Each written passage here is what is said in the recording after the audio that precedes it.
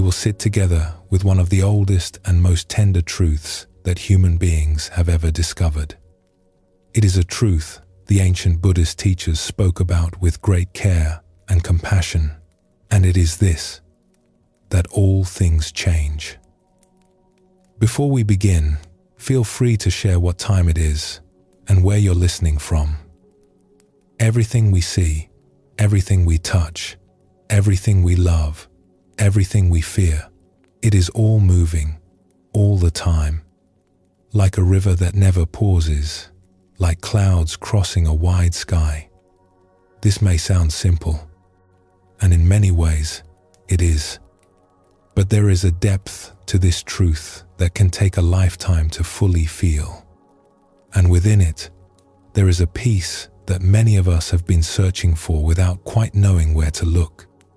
These teachings are drawn from the Buddhist tradition, but they belong to no one. They are simply reminders of what you already know somewhere deep in your bones. That life is always changing. That you are a part of something vast and beautiful. And that even in the middle of uncertainty, there is a stillness waiting for you. So take a slow, deep breath, and let's begin our journey together. There is an ancient chant that Buddhist monks and nuns have been whispering for over 2,000 years. It has been offered at births and at passings, in great temples and in small rooms lit by candlelight. It goes like this: all things are impermanent. They have the nature to arise for a time, and then to pass away. To understand this and live in harmony with it brings true happiness. These words have traveled across centuries, across languages, across entire civilizations. And they have endured because they point to something that every human heart already senses, even before anyone puts it into words. That everything, absolutely everything, is gently changing. Tonight, let us begin here, with this most tender and most honest of all truths. And let us see if, within it, there is not something that brings us comfort and peace. We walk through our days as though the world is solid and sure. The floor beneath our feet feels firm. The walls around us feel permanent. The face we see in the mirror each morning looks more or less the same as the one we saw yesterday. Our routines repeat themselves. Our habits carry us forward, and in all of this steadiness, we come to believe, without really thinking about it, that things are fixed.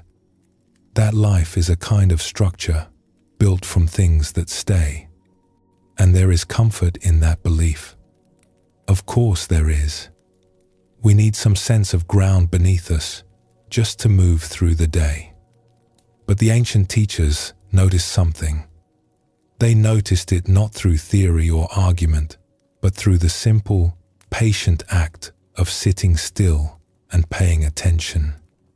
What they found was that the closer you look at anything, the more it begins to move. The Buddha himself observed this with great clarity. He taught that all conditioned things, everything that has come into being through causes and conditions, are in a state of constant flow.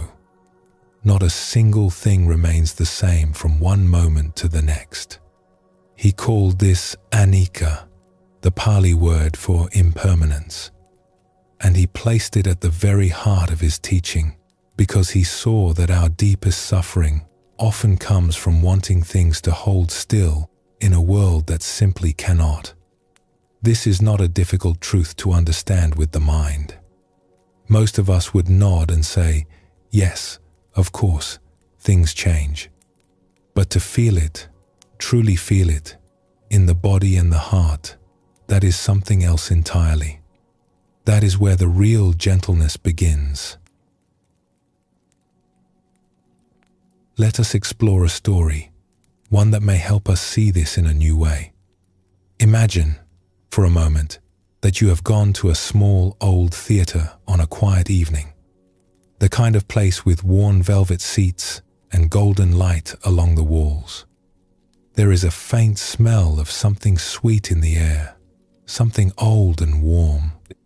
You settle into your chair. The room goes dark, and on the great screen in front of you, a scene unfolds. A garden appears, lush and green, after a gentle rain. Flowers sway in a breeze. Droplets of water catch the light. A woman walks slowly down a stone path, her hand brushing the tops of tall grasses. A bird lifts from a branch and rises into a pale sky. Everything feels alive, continuous, real. You are drawn in completely. You forget the seat beneath you, the ceiling above you. You forget where you are. The world on the screen becomes the only world. It feels whole and living and unbroken. But then, something catches your eye. A flicker, just the smallest unsteadiness in the light. And for some reason, you turn around in your seat and look back toward the projection booth at the rear of the theater. And there, you see it. A narrow beam of light, filled with tiny dancing particles of dust, streaming from a small square window. And behind that window, a reel of film is turning. And on that reel, there are thousands and thousands of individual frames. Still images, frozen moments, each one just slightly different from the last. The projector clicks through them so quickly, 16, 20, 30 frames every second, that your eye cannot separate them. They blur together into something that looks whole, something that looks like movement, like life. But each frame, on its own, is perfectly still. You sit there for a moment, looking back and forth between the screen and the projector, and something quiet shifts in your understanding. What appeared to be a single, continuous, living scene is actually a stream of tiny, separate moments, moving so swiftly that they create the appearance of something solid. This is what the ancient Buddhist teachers called santati. It is the way that rapid change, when it happens quickly enough, creates the illusion of permanence. It is not that the solidity is false, exactly. It is more that it is a kind of magic trick that life performs on itself. And once you see it, really see it, the world opens up in the most wonderful way. Think of a spinning top. When it is turning fast enough, it looks perfectly still. A smooth, steady shape, hovering in place. But the moment it begins to slow, you see the wobble, the tilt, the movement that was always there. Or think of a hummingbird in a garden. Its wings beat so quickly that they become invisible, a soft blur on either side of its tiny body. But each wing is rising and falling, dozens of times, every second. The stillness we see is made entirely of motion. This is how it is with so much of our experience. What appears permanent is simply changing faster than we can see. You do not need to go to a theater to discover this. You can find it right where you are, right now, in the simple act of sitting and breathing. If you have ever sat quietly for a few minutes, perhaps in meditation, perhaps just resting in a chair on a slow afternoon, you may have noticed something like this beginning to happen on its own. At first, everything seems still. The room is quiet. Your body feels like one solid thing, sitting there, unchanged. Your mind seems calm, or perhaps busy, but either way, it feels like one continuous experience. But then, as you settle in, as your attention softens and deepens, the stillness begins to reveal itself as something else, something gentler and more alive. The breath, for instance. You might notice that no two breaths are the same. One is long and slow. The next is a little shorter. One fills the chest. The next seems to settle lower into the belly. There is a pause at the top of the inhale, a small, quiet moment of suspension, and then the exhale comes, sometimes smooth, sometimes uneven. The breath is not one thing. It is a river of small, changing sensations, flowing through you moment by moment. And if you listen more closely, the body begins to show its secrets too.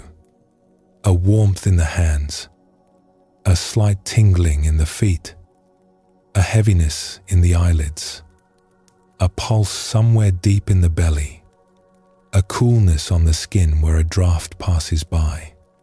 Sensations appear, linger for a breath or two, and then dissolve as quietly as they arrived.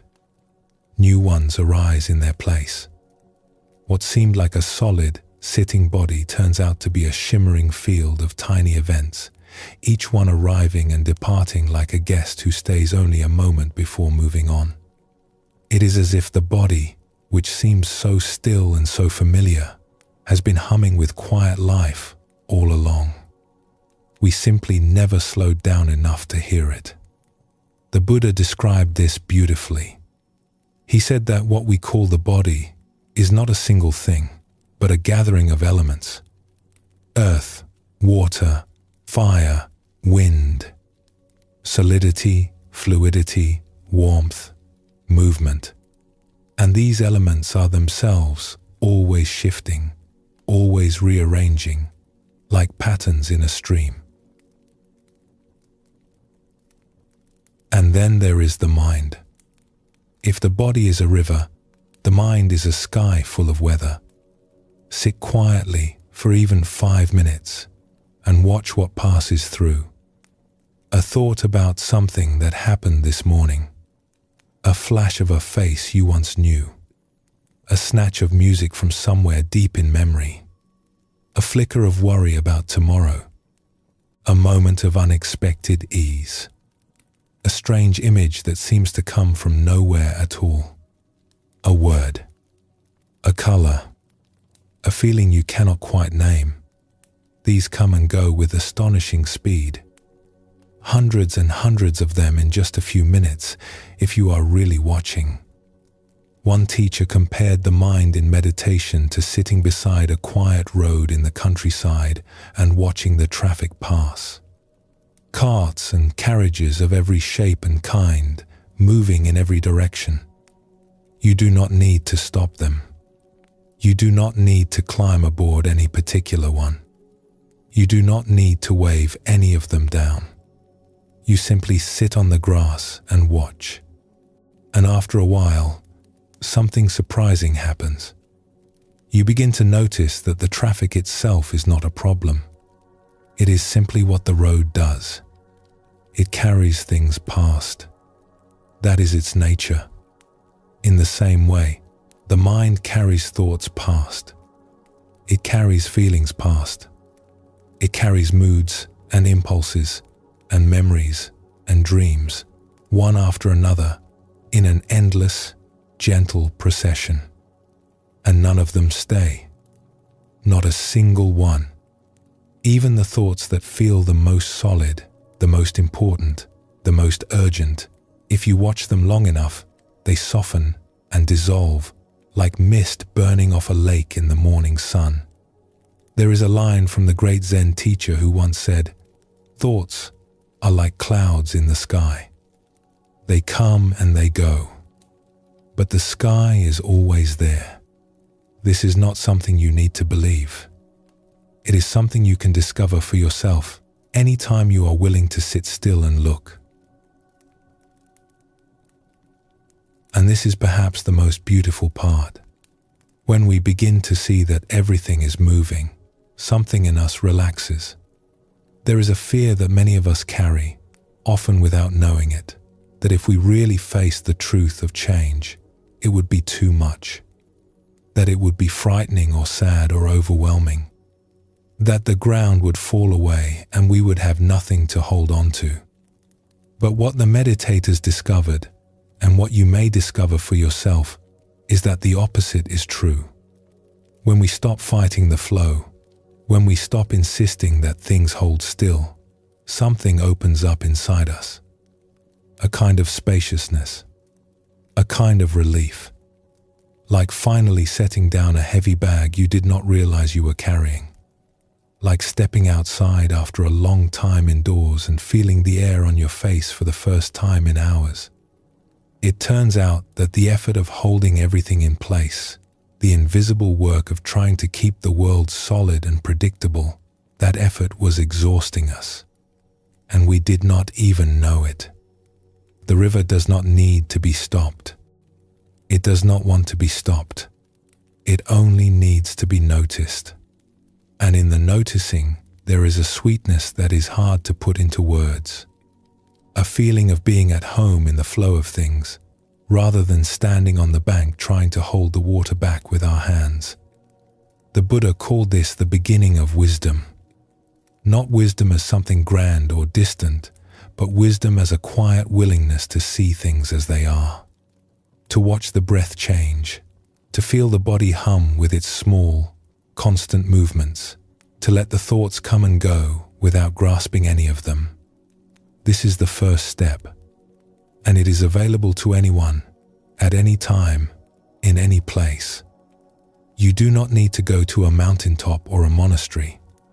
You do not need to understand complicated ideas. You only need to sit down, be still, and listen. The river will show itself. It always does. So here is a gentle thing you might try, if you like, as you rest here now. There is no effort required, nothing to achieve. Let your attention come to the breath, wherever you feel it most easily.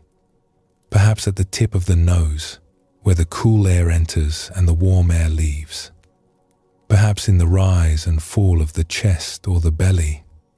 Perhaps it is just a general sense of the whole body breathing, like a wave washing in and drawing back. There is no right place, just wherever the breath finds you. And as you rest your attention there, lightly, like a leaf resting on the surface of a pond, see if you can notice the way each breath is a little different from the last. The way each inhale has its own shape, its own texture, its own quiet character. The way the exhale lets go in its own way every single time. No two breaths in your entire life have ever been exactly the same. Not one. You are not trying to do anything. You are simply watching the river, feeling it move through you, noticing that even here, in this most intimate and familiar act, the act of breathing, nothing stays the same. Everything is gently, endlessly, beautifully changing. And that is the first teaching. Not something to be memorized, but something to be felt. That beneath the appearance of stillness, life is flowing. That beneath what seems solid, there is a river. And it has been flowing all along, patiently, gracefully, waiting for you to notice. As the old chant reminds us, all things arise and all things pass away. And in the understanding of this, there is a deep and quiet happiness. Let us pause here for a moment. Notice how you are feeling. Let the breath come and go in its own time. And when you are ready, we will continue together.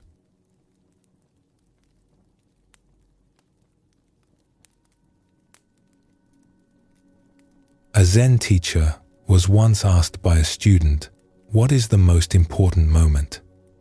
The teacher smiled and said, "This one. Always this one." It sounds almost too simple to be useful. And yet, as we will discover together now, there is something hidden inside this answer that can change the way we experience everything. Something that a small child once stumbled upon, quite by accident, while looking out the window of an aeroplane. Let us explore a story. A father and his young daughter boarded a plane early one morning, just before sunrise. They were heading west, across a wide country, and the girl had the window seat. She pressed her face close to the glass as the plane lifted off the ground, watching the earth tilt and fall away beneath them. The houses grew small, then the roads, then the rivers. Everything they knew became a kind of painting, far below. Just after they rose above the clouds, the sun appeared on the horizon. A thin line of gold, then a spreading warmth of orange and pink, spilling across the sky like watercolors on wet paper. The clouds beneath them caught the light and turned soft shades of rose and amber. The girl watched it all with wide eyes, her breath making small circles of fog on the window. Minutes passed, then more minutes, and the sun did not seem to move. It stayed low and golden, as if the morning itself had decided to linger. She turned to her father, a little puzzled. "Something funny is happening," she said. "The morning is really stretching out." He looked out the window and realized what was going on. They were flying in the same direction as the sun, moving west as the earth turned beneath them, and so the sunrise was keeping pace with them. The morning was not passing the way it usually did. "We are traveling in the same direction as the sun," he told her. "So the sunrise is staying with us." The girl thought about this for a moment. Then her eyes grew even wider. "Could you fly as fast as the sun?" she asked. "Well," he said, "if you were in a faster plane, yes. You would have to go about 1,000 miles every hour. But it could be done." She sat very still, imagining this. Then a grin spread across her face. "That would be amazing," she said. "It would always be sunrise, and you would always be having breakfast." They both laughed. And then they began to wonder together, the way children and parents sometimes do when a conversation opens a door that neither of them expected.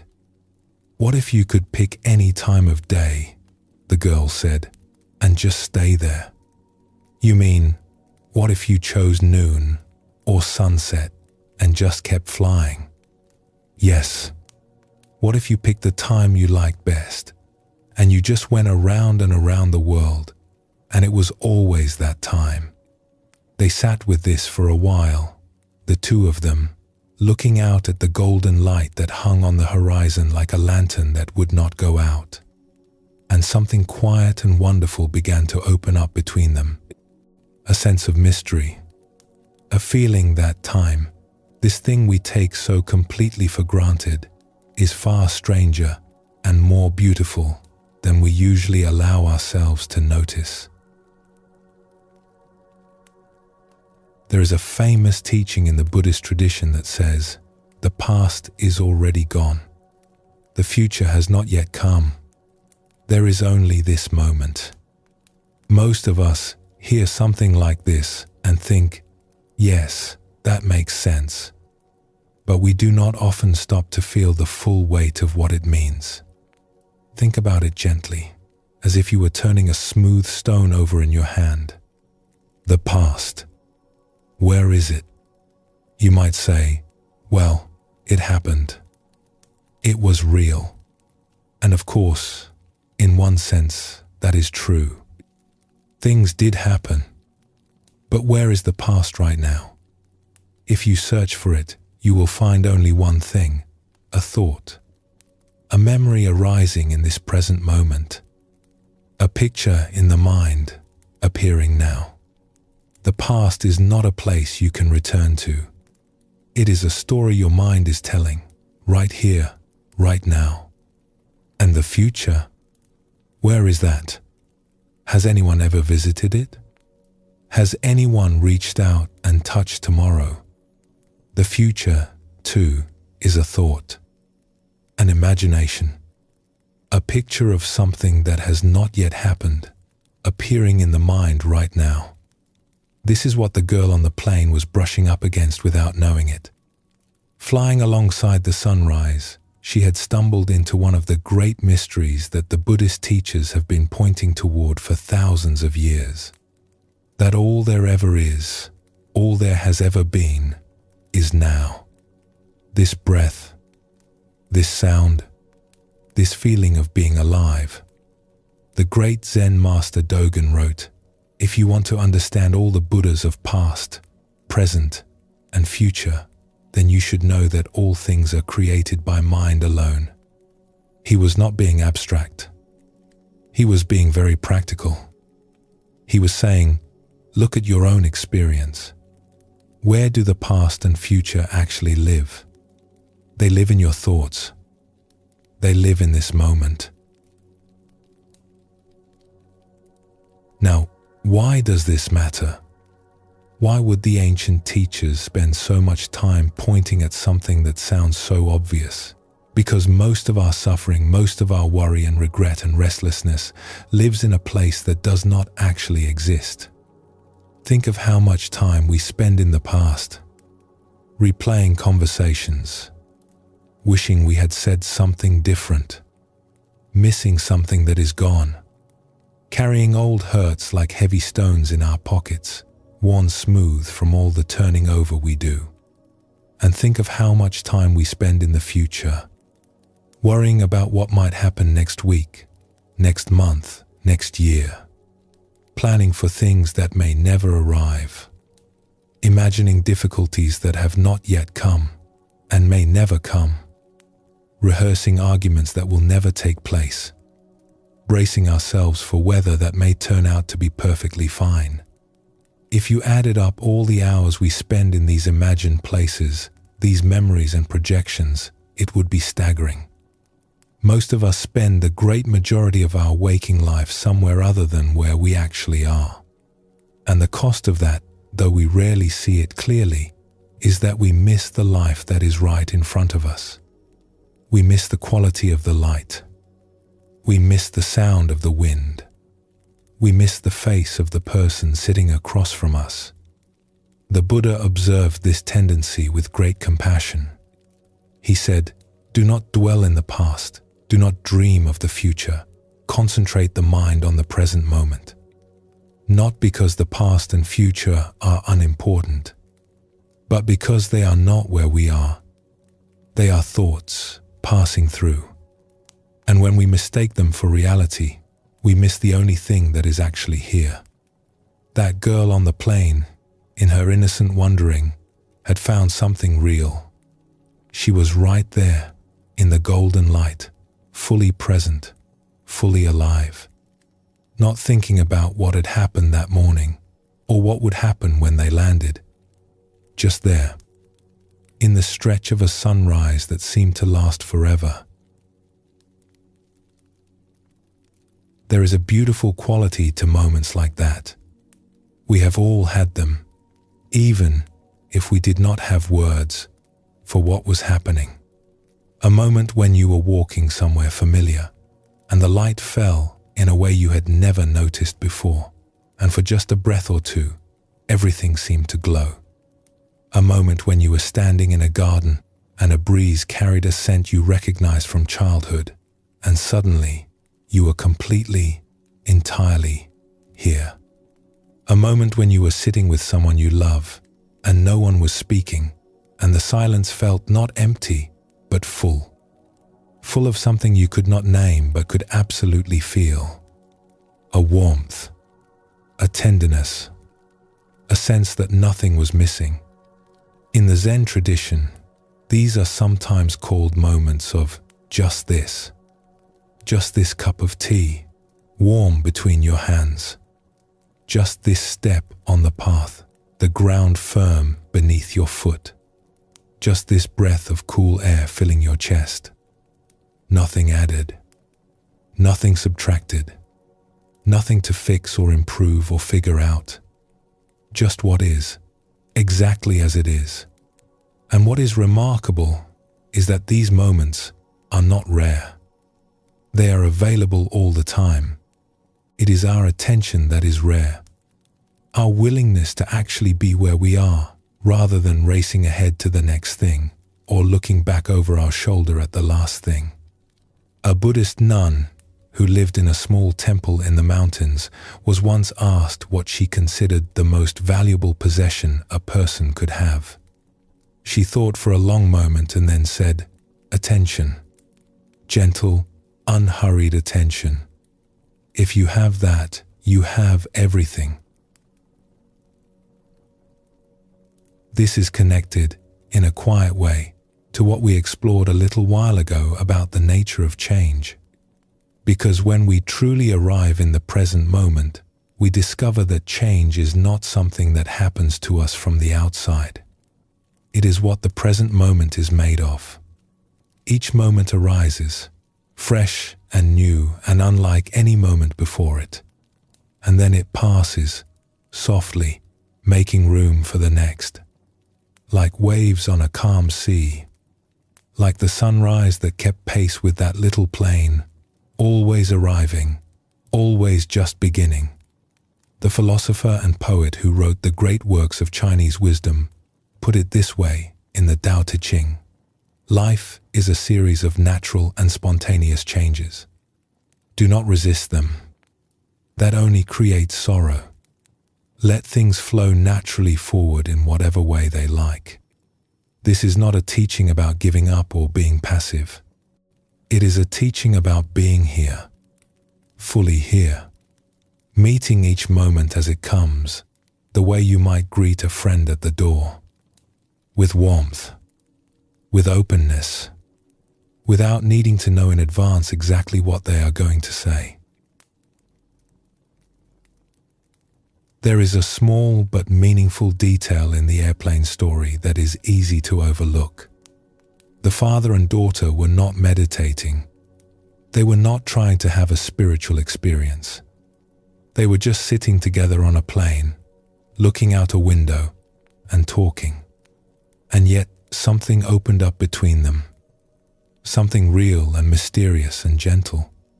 This is worth remembering. Because the present moment does not require any special technique to enter. It does not ask us to sit in any particular way, or close our eyes, or recite any particular words. It simply asks us to notice that we are here.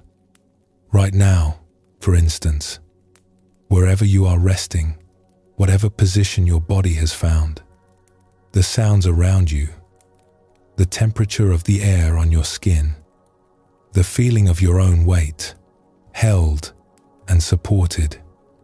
You are here. This is your sunrise, right now. Not yesterday's, not tomorrow's. This one. And if you let yourself settle into that, even for a few breaths, you may notice something the ancient teachers spoke about often. That the present moment is not small. It is not thin or cramped or limited. It is actually vast, boundless. There is room in it for everything, for every sound, every sensation, every feeling, every shade of light. The whole of your life, everything you have ever experienced, has happened in a moment, just like this one. The whole universe is contained in this single breath. There is a lovely old teaching that says when a single flower blooms, it is spring throughout the entire world. That is what the present moment is like. It is not one small piece of time. It is everything, arriving at once, fresh and whole and complete. The Zen teacher who founded one of the great meditation communities in the West used to say, when you do something, you should burn yourself up completely, like a good bonfire, leaving no trace of yourself. He did not mean anything harsh by this. He meant, be so fully here that there is no leftover self standing to the side, watching and judging and measuring. Just be the moment, completely. The little girl on the plane understood this without any teaching at all. She was the sunrise. She was the wonder. She was the laughter. She was breakfast at 7:45 in the morning, forever and ever, and it was the most natural thing in the world.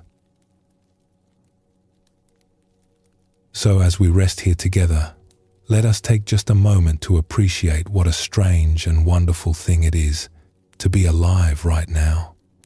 Not yesterday, not tomorrow, now, in this breath, in this body, in whatever room or space or bed you have found yourself in tonight. The morning is always stretching out, if we are willing to notice. The sunrise never really ends. It is always happening somewhere. And in the same way, this moment, this one, is always here, waiting for us, patient and warm and full of quiet light. As the Buddha gently reminded us, the secret of health for the mind and body is not to mourn for the past, not to worry about the future, but to live in the present moment, wisely and earnestly. That is all. Just this. Just here. Just now. Let us pause for a moment. Let the breath settle. Notice whatever you are feeling without needing to change it. And when you are ready, we will continue together.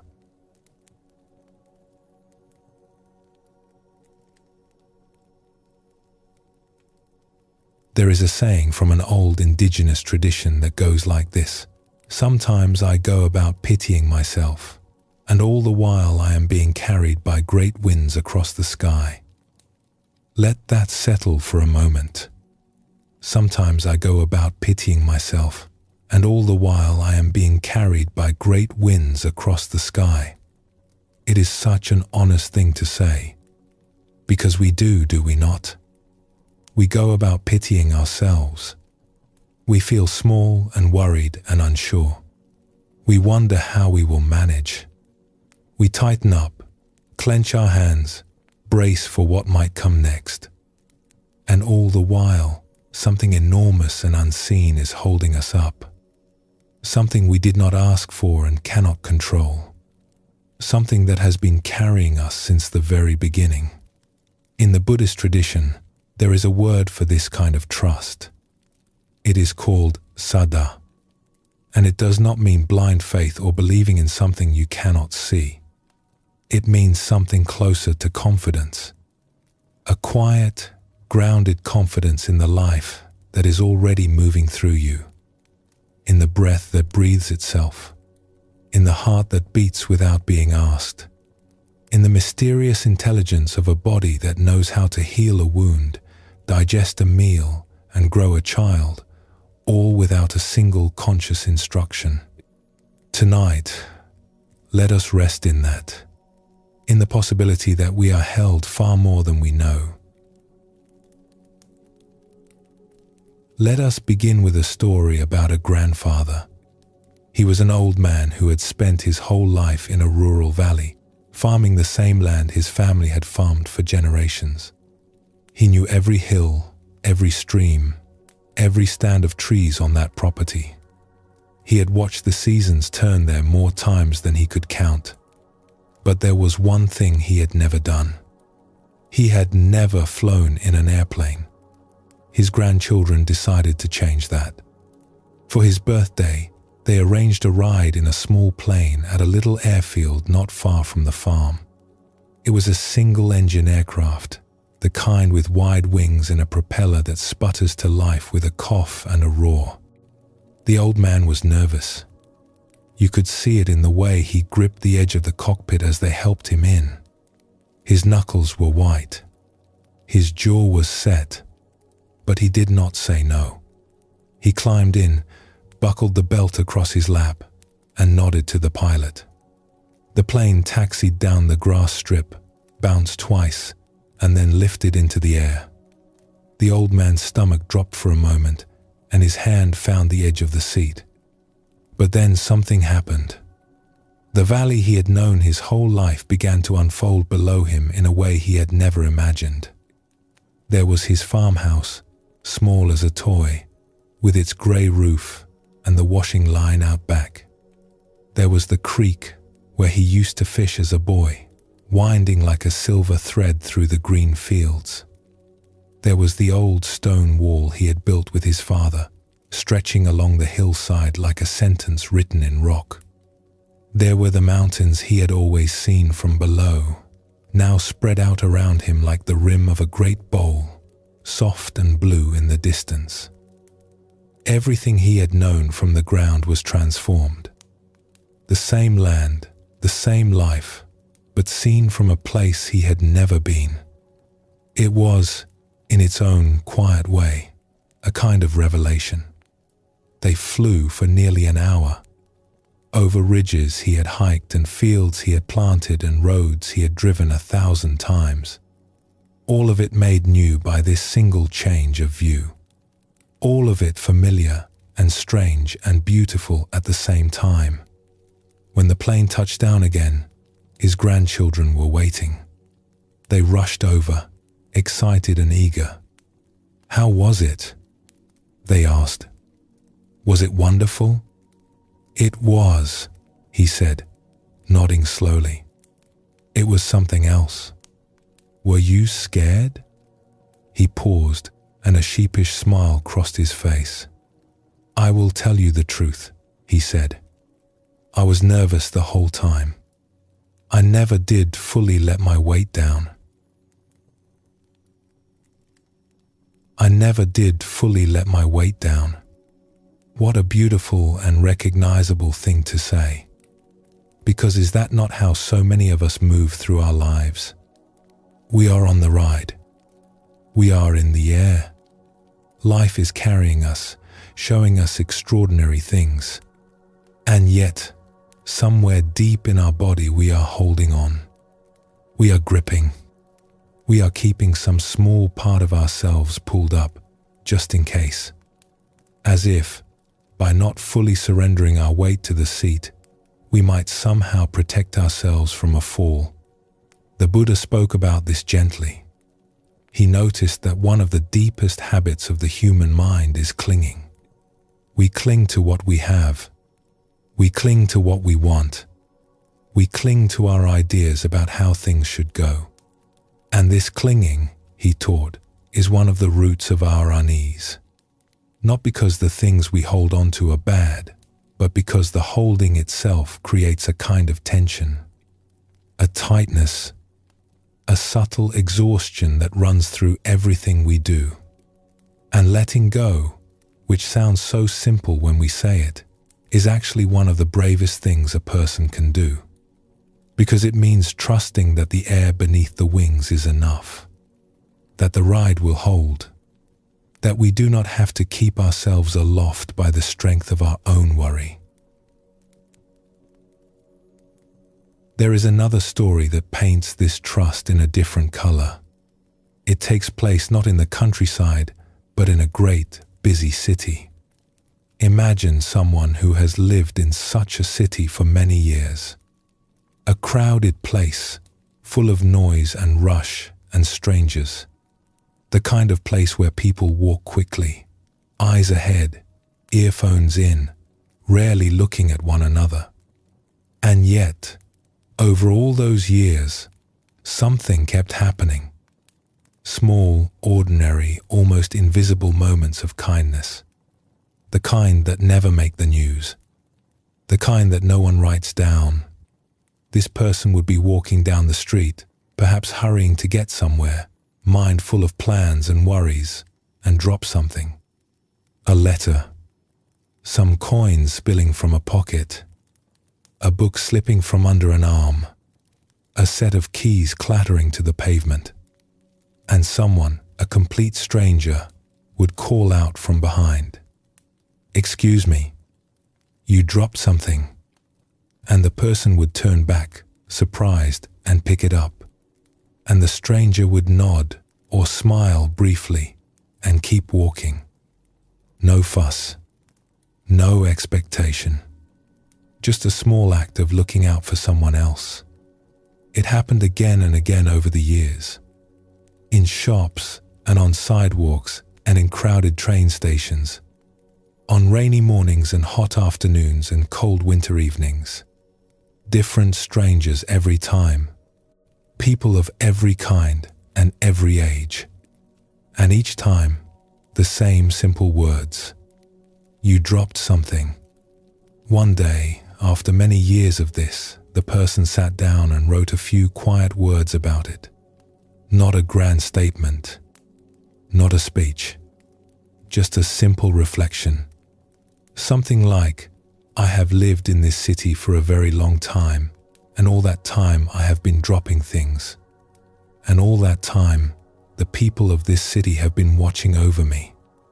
They have pointed and said, you dropped something. And I picked it up. I have waited all these years, and I want now to say thank you. There is something in that story that touches the heart, is there not? Something about the quiet faithfulness of strangers. The way human beings, without being asked, without knowing one another, without any promise of reward, simply look out for each other. The Buddha taught that deep within every being there is a nature that is fundamentally good. He called it our Buddha nature. It is not something we have to earn or develop or achieve. It is already there, the way the sun is already behind the clouds on an overcast day. It does not go away. It cannot be destroyed. It simply waits for the clouds to thin, and you can see it in these small moments. In the stranger who says, you dropped something. In the person who holds a door open for no reason. In the way a group of people, even people who do not know each other, will come together instantly when someone nearby needs help. There was a great legal thinker who once made a fascinating observation about human nature. He said that if a child fell into a river, or an elderly person were in a building that caught fire, or someone fainted on the street, any group of people, no matter their background, no matter their circumstances, would rush to help. Something in us comes alive in those moments. Something deeper than our differences. Something that recognizes, without thinking, that we belong to one another. This is the trust the Buddhist teachings point to. Not trust in any particular outcome. Not trust that everything will go the way we want. But trust in this deeper nature. Trust in the goodness that is woven into the fabric of being alive. Trust that we are not alone, even when we feel alone. And perhaps there is an even deeper layer of trust than that. A trust not just in human kindness, but in the great rhythm of life itself. Think about the breath for a moment. You did not decide to breathe. You did not read a manual on how to do it. You did not sign up for breathing lessons when you were born. The breath simply came. It came, and it has not stopped since. Breath after breath, year after year, through sleep and waking, through sickness and health. It has been with you every single moment of your life, faithful and patient, never once asking for thanks. And the heart, your heart has been beating since before you were born. Through every joy, every sorrow, every ordinary afternoon. It does not need your permission. It does not need your encouragement.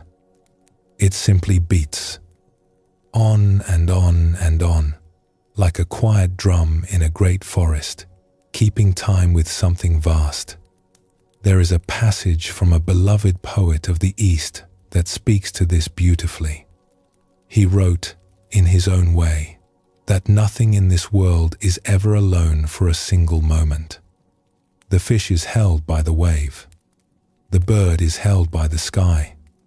The seed is held by the soil. Every living thing is cradled in something greater, something it cannot see, but can always feel. This is what that old indigenous saying points to. Sometimes I go about pitying myself. Yes, we do. We feel small and afraid and unsure.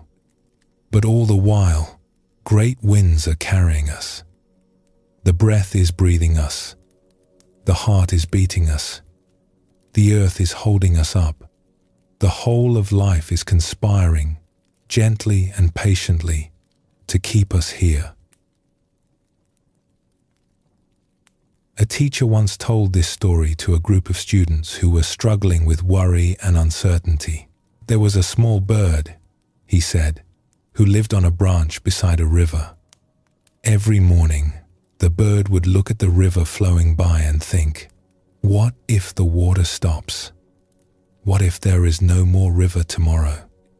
And it would grip the branch a little tighter, just in case. But of course, the river never stopped. It kept flowing, as it always had. And one day, the bird looked down and noticed something. The branch it was gripping so tightly was itself part of a tree, and the tree was rooted deep in the earth, and the earth was turning slowly through space, and everything was being held.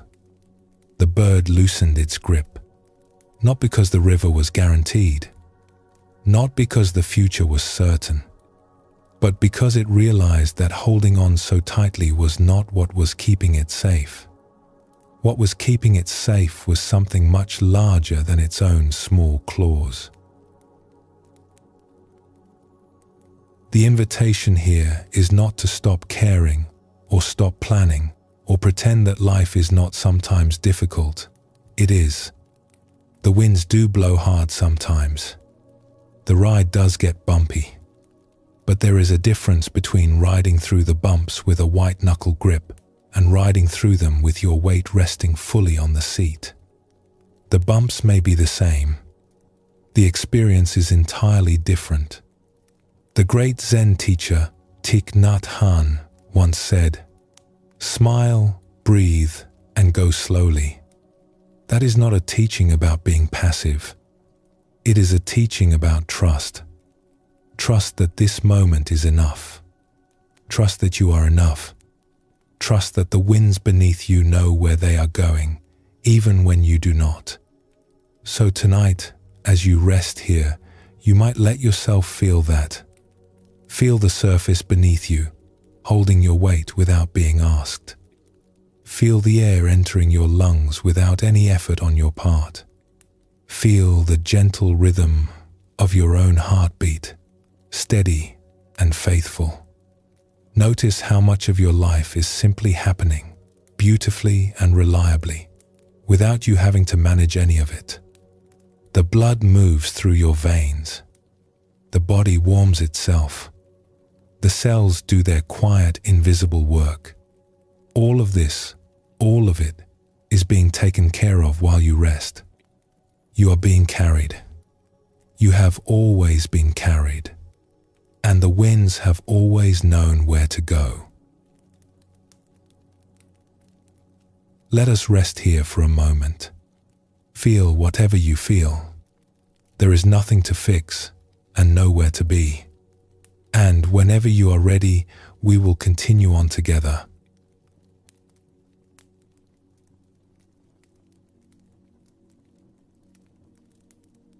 Let us explore a story. An old traveler was walking along a dusty road one afternoon when he came upon a very old man kneeling in the earth beside the road. The old man's hands were deep in the soil. His fingers were dark with it. And beside him was a young sapling, thin and bare, its roots wrapped in damp cloth, waiting to be planted. The traveler stopped and watched for a moment. The afternoon sun was warm on his shoulders. Somewhere nearby, a bird was singing. The old man worked slowly, carefully, scooping the dark earth with his hands and making a hollow just the right size for the young roots. "What are you planting, old friend?" the traveler asked. "An almond tree," the man said, without looking up. He placed the sapling gently into the hole and began pressing the soil around it, the way you might tuck a blanket around a sleeping child. The traveler raised his eyebrows. He knew something about almond trees. They are slow and patient growers. It takes 15 or 20 years before an almond tree bears its first fruit. 20 years of sun and rain and waiting before the first white blossoms appear and the first green almonds begin to swell on the branch. And this man, kneeling here in the dirt, was very old indeed. His hair was white as milk. His back was bent from years of work. His hands trembled slightly as he patted the earth into place. "Forgive me," the traveler said, "but why would you plant an almond tree at your age? You will not be here to see it bear fruit." The old man paused. He looked up with clear, bright eyes, and he said, simply, "I live as though I will never leave." The traveler stood there for a long moment, turning this over. Then he leaned toward his companion and said, quietly, "And I live as though each day were my last." They looked at each other, the traveler and the old man, and neither of them said who was right, because perhaps they both were. Perhaps these are not two opposing ways to live, but two sides of the same coin, spinning gently in the air. Two ways of saying the same thing. This moment matters. Be here for it. There is something in this story that sits at the very heart of what it means to live well in a world that is always turning. Something the old man understood in his bones, there in the warm earth with his almond tree. On one hand, there is the old man's way. To plant, to build, to put your hands in the earth and begin something you may never see finished. To live with such fullness and such faith that the question of time does not even arise. You plant because planting is what you do, because the tree wants to grow, because the earth is ready and willing, because some part of you knows that life does not belong only to you. It belongs to the ones who will come after, to the shade they will sit in on hot afternoons, to the fruit they will taste on autumn mornings, to the roots that will hold the hillside together long after you have returned to the earth yourself. And on the other hand, there is the traveler's way, to live each day as though it were precious and unrepeatable, to taste the food, to feel the sun, to say the kind word now, not later, to hold nothing back, to let each day be full and complete in itself, like a ripe fruit that has nothing to prove. The Buddhist tradition holds both of these truths gently, side by side. It does not ask us to choose between them. In fact, one of the most beautiful things about the Buddha's teaching is how comfortably it sits with paradox. Life is brief and precious, yes. And life is vast and ongoing, yes. Both are true. Both can live in the same heart, in the same breath. And when we look around, we can see this paradox playing out everywhere, in the great rhythms that surround us. The heartbeat, that small, faithful drum in the chest. It contracts, and then it expands. It pulls inward, and then it opens outward. Over and over, from the very first moment of life. This is the most intimate rhythm we know, and it is always doing the same thing, closing and opening, gathering and releasing, holding on and letting go. The breath does the same. The lungs fill, and then they empty. The tide comes in, and then it goes out. The seasons turn from the warmth and fullness of summer, when the trees are heavy with leaves, and the evenings stretch long and golden, to the quiet stillness of winter, when the branches are bare, and the earth rests under a blanket of cold. And then, When the time is right, the first crocuses push through. The birds return. The air softens, and it all begins again. The moon grows full and round, bright enough to cast shadows on the ground, then slowly thins to a silver sliver, then disappears entirely into the dark sky. And then, just when you might begin to wonder if it will come back, it returns. A faint curve of light at the edge of the night, growing again, always growing again. The Buddha noticed that this rhythm is not something separate from us. It is what we are made of. We are creatures of expansion and contraction. Our lives move through seasons, just as the natural world does. There are times of growth and abundance when everything seems to be blooming at once. And there are times of quiet, of drawing inward, of composting and resting, and waiting for the next green shoot to appear. Neither season is better than the other. The winter is not a mistake. The fallow field is not broken. It is simply resting, gathering its strength for what comes next. Let us explore another story, one about the turning of generations. A teacher, approaching the middle years of life, traveled across the country to meet his grandson for the first time. The child was only a few weeks old, tiny and warm, and impossibly new. When the teacher arrived at the house, his daughter placed the baby in his arms. And for a long moment, he just stood there in the hallway, holding this small, breathing bundle, feeling the weight of him, the warmth of him. The baby's eyes were closed. His mouth made small, dreaming movements. His hand, no bigger than a walnut, curled around the teacher's finger, and something shifted inside the teacher's chest. Something old and deep and hard to name. It was not a thought, exactly.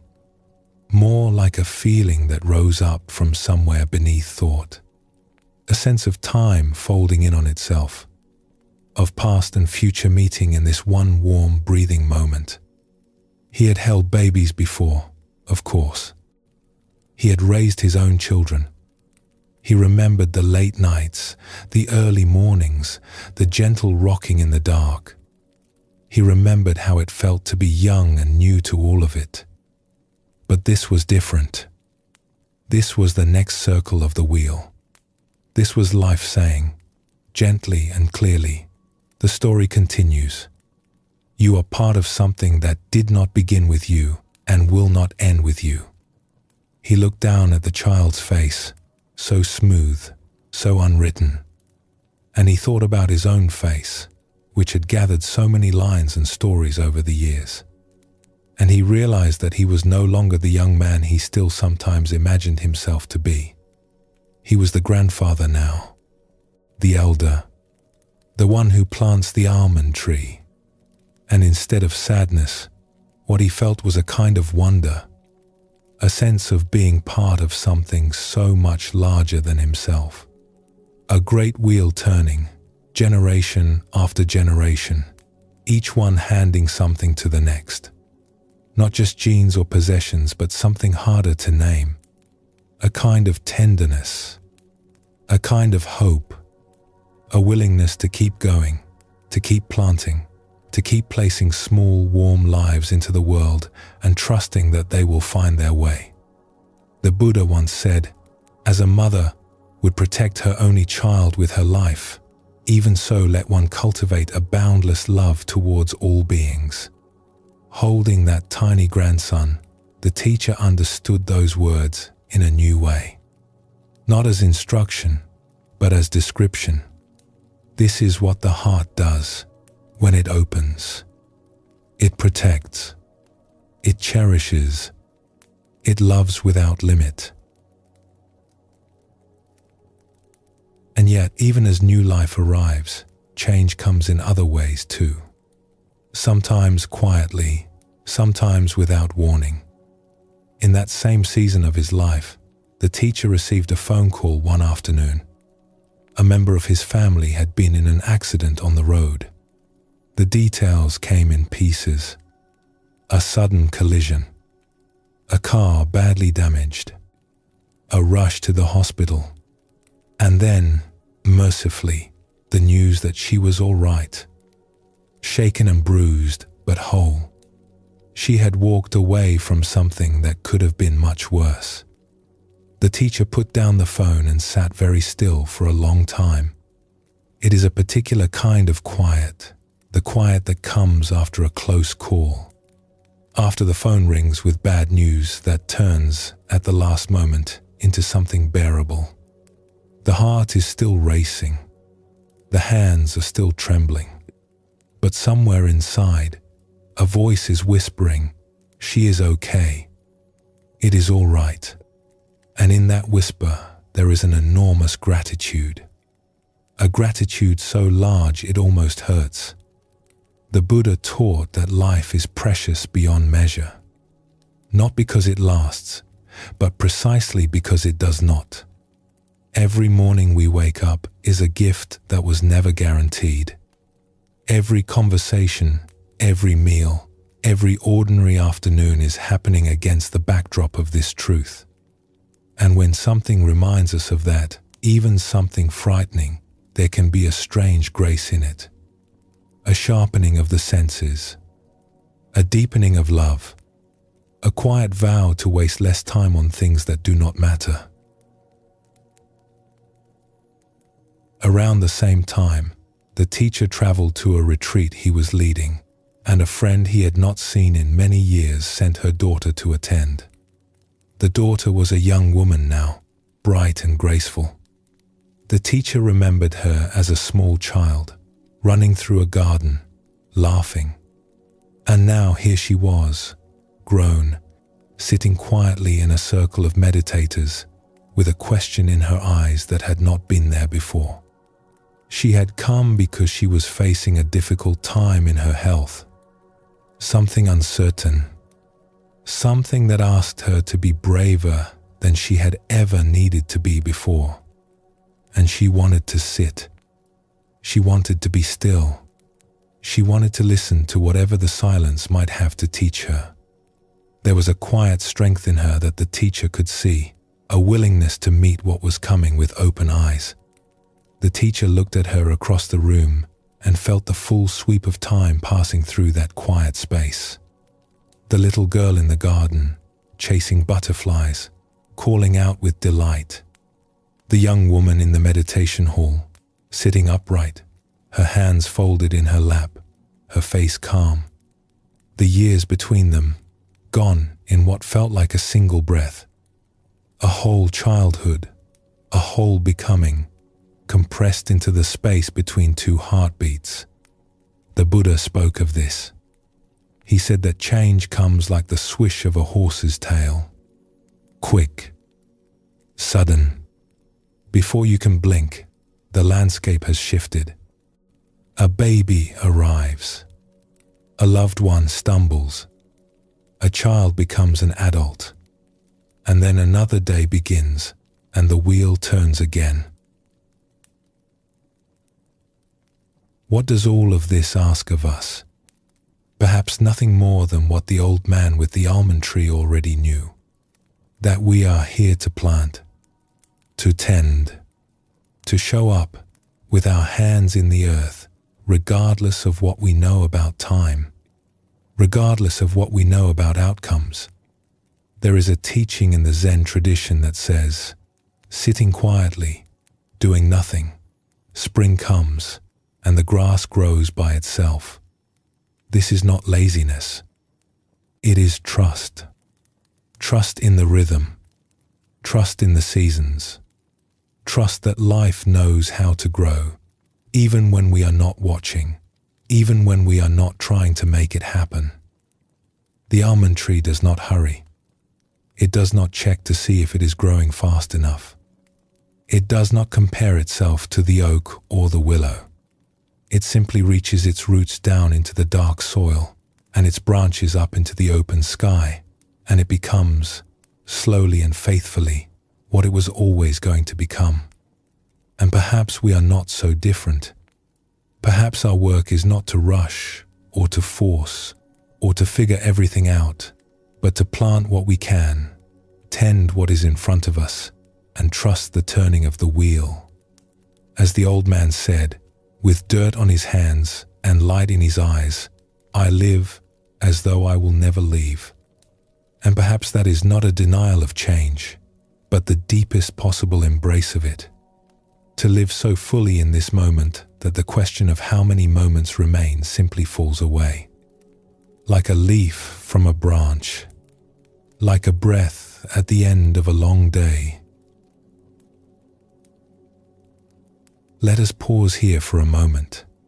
Feel the gentle rhythm of your own breath, rising and falling like a quiet tide. And when you are ready, we will continue on together.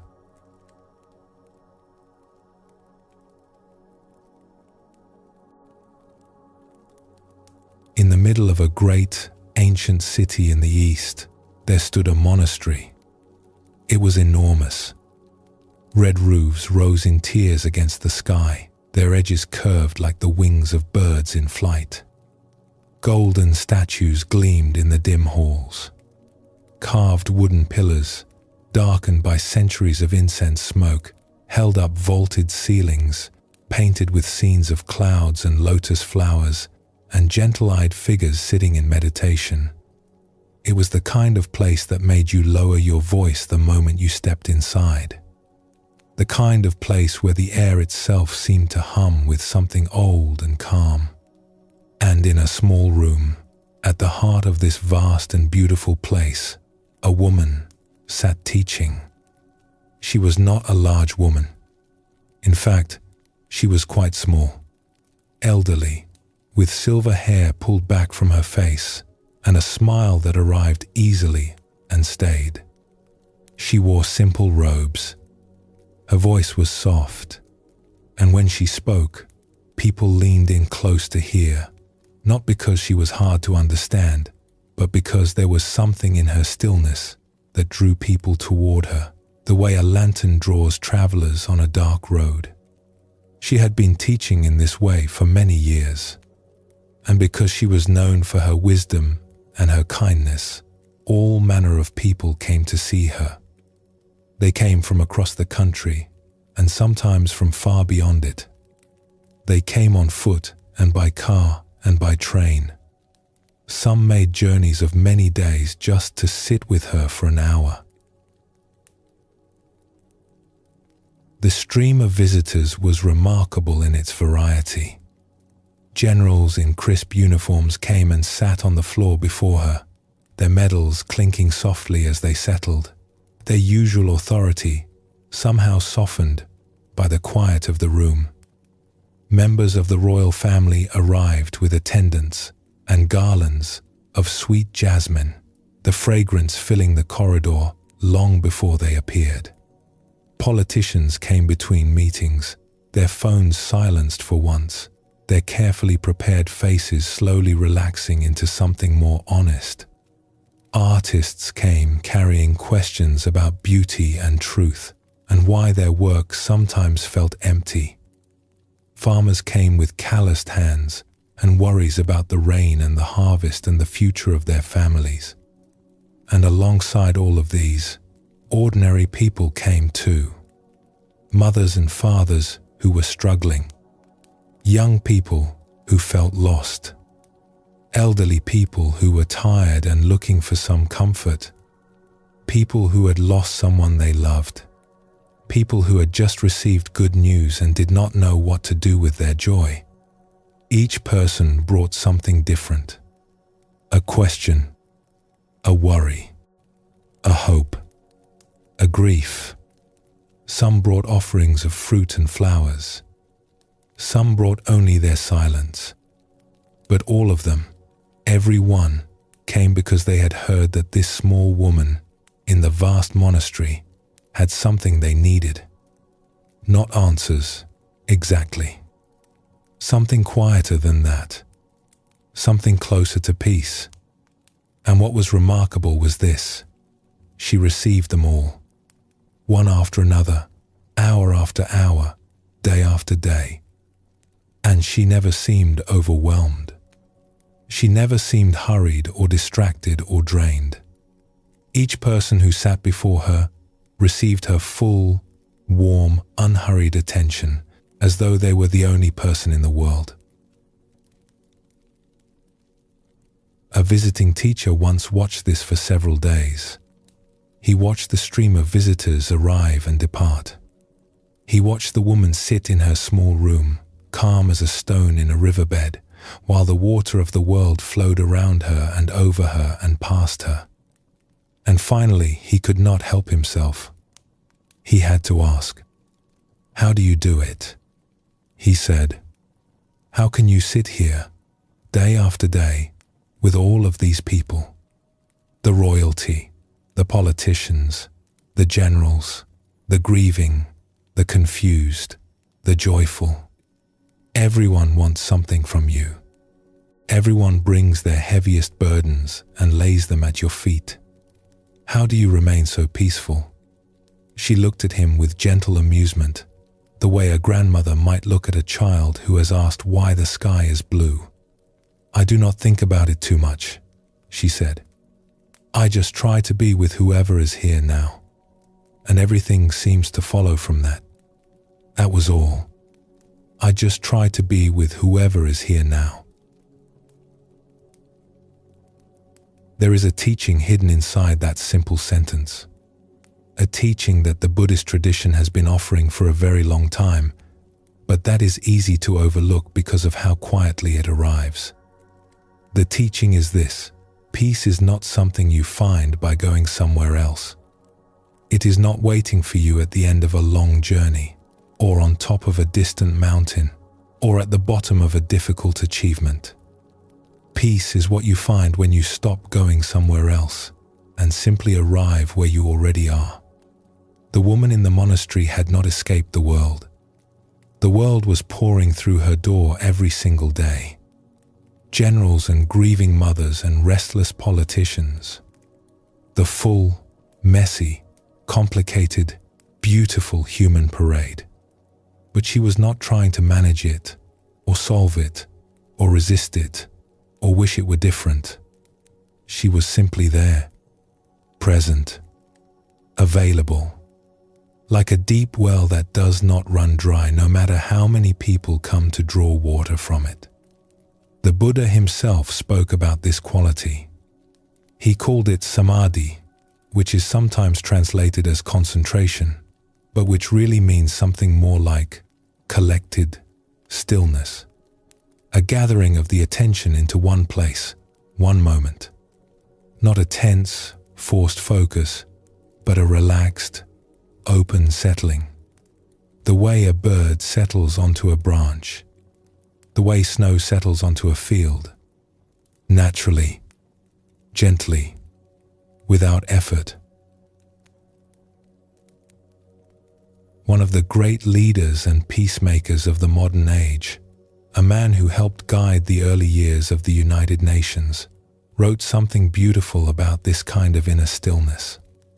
He wrote, "When we come to the point of rest at the center of our being, we encounter a world where all things are at rest.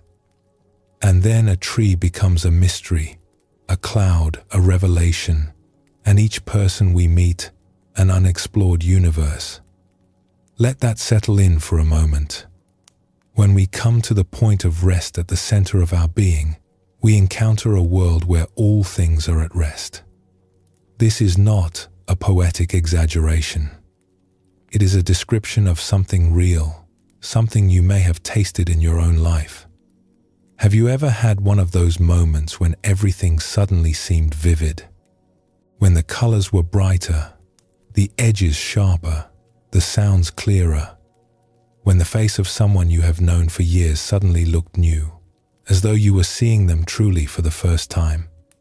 These moments tend to happen when we are not trying, when we have stopped rushing, when the mind, for whatever reason, has grown quiet, perhaps on a slow morning before the day has gathered its momentum when you are standing by a window with a warm cup in your hands and the light is just beginning to touch the rooftops. Perhaps on a long walk, when the rhythm of your steps has lulled the thinking mind to rest and the world seems to shimmer with a kind of gentle clarity. Perhaps sitting in a garden, watching the way the wind moves through the leaves and realizing you have not had a single thought for several minutes. Perhaps in the middle of the night, when you have woken for no reason and the house is silent and the darkness feels not empty but somehow soft and full and alive. In those moments, the world reveals itself. Not a different world. This world, the same trees, the same sky, the same familiar room, but seen with fresh eyes. Eyes that are not clouded by plans and worries and the constant hum of what comes next. Everything looks the same and yet completely new, as though you have been given a gift you did not know you were missing. The Buddhist tradition calls this clear seeing. Not seeing something special, but seeing what has always been here, clearly, without obstruction. As if a window that had been dusty for years has suddenly been wiped clean, and you realize the view was extraordinary all along. There was a great anthropologist and thinker, a woman who spent her life studying how people live and grow and change in cultures all around the world. And she made an observation that connects beautifully to the small woman in the monastery. She said, "If you pay attention in every moment, you form a new relationship to time. In some magical way, by slowing down, you become more efficient, more productive, more energetic, focusing without distraction directly on that which is in front of you. Not only do you become immersed in the moment, you become that moment. You become that moment." What a remarkable phrase. Not that you observe the moment, or that you are aware of the moment, but that you become it. The boundary between you and what is happening dissolves. There is just the sound, just the taste, just the touch, just the conversation. Just life, happening, with nothing standing apart from it. That is what the woman in the monastery had done. She had not mastered some secret technique. She had not studied for decades in a hidden cave or read 1,000 sacred books. She had simply practiced, year after year, the quiet, humble art of being where she was. And over time, that practice had become her nature. The stillness was no longer something she did. It was something she was. It shone from her like warmth from a fire. And here is the beautiful thing about this. It is not reserved for monks or mystics or people who live in ancient monasteries. It is available to anyone. It is available right now. Because the point of rest the peacemaker wrote about is not a place. It is not a destination you have to travel to. It is already at the center of your being. It has always been there. The way the sky is always behind the clouds, even on the greyest day. The way the ocean floor is always still, even when the surface is covered in waves. You do not have to create this stillness. You only have to stop covering it up. There is a lovely old Zen saying, "You cannot see your reflection in running water, only in still water." Think about that for a moment. A stream rushing over rocks shows you nothing. Just fragments, broken light, a blur of movement. But a still pond, on a calm morning, with no wind, will show you your face as clearly as any mirror. Every detail, every line, every truth. This is what that woman in the great monastery understood so well. She knew that the stillness inside her was like a clear, calm pool. And when someone sat before her, No matter who they were, no matter what they carried, they could see their own reflection in that stillness. Not her answers, not her opinions, not her advice. Their own reflection, their own clarity, their own peace mirrored back to them by the quality of her presence. This is perhaps the greatest gift one person can offer another. Not wisdom, not solutions, not clever words. Just presence. Just being there, fully and completely, without an agenda. The way a lake reflects the sky. Not doing anything. Just being still enough to show what is already true.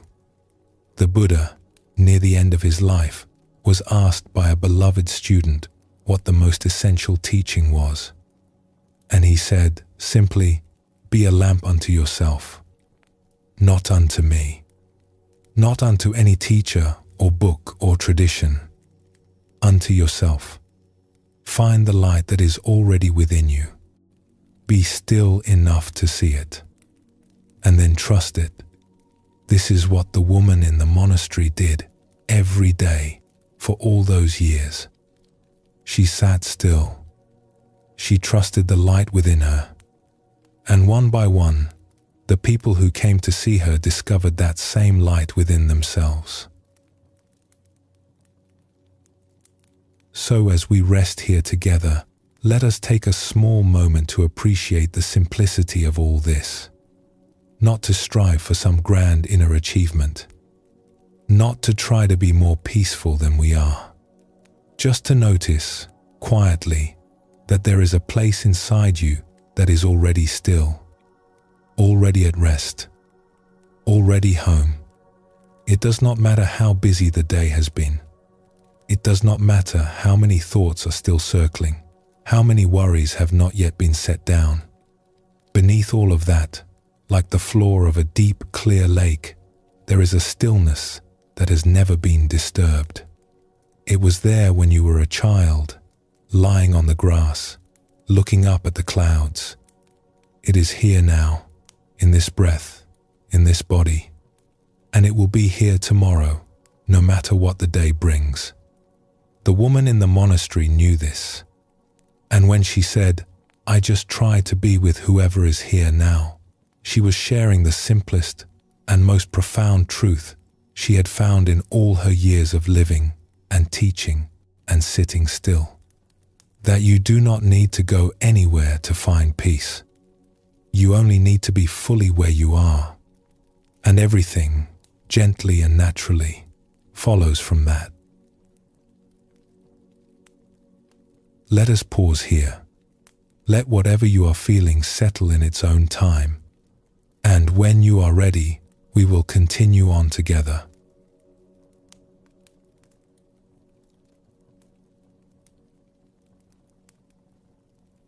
A great writer once said that his tailor was the wisest person he knew.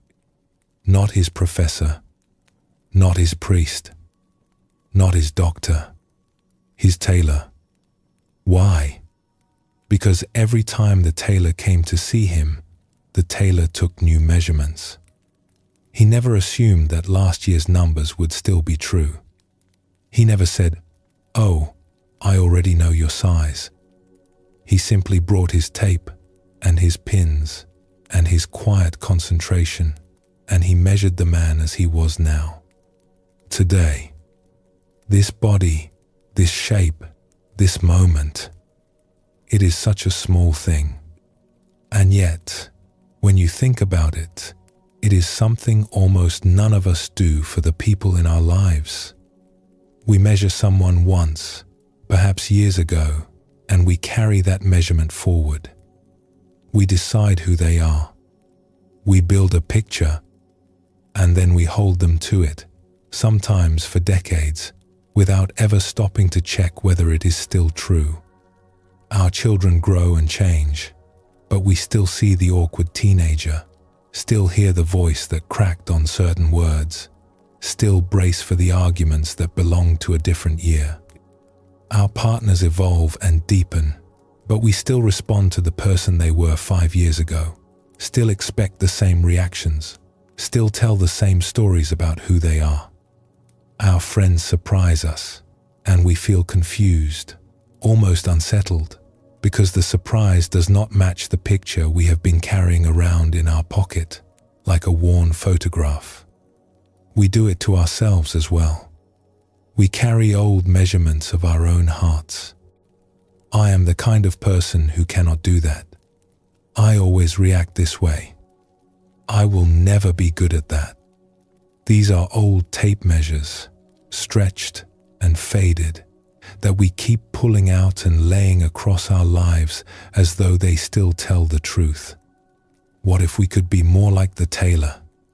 What if, each time we met someone we love, or each time we met ourselves in the mirror, we could come with fresh eyes and an open tape measure and simply see what is here now?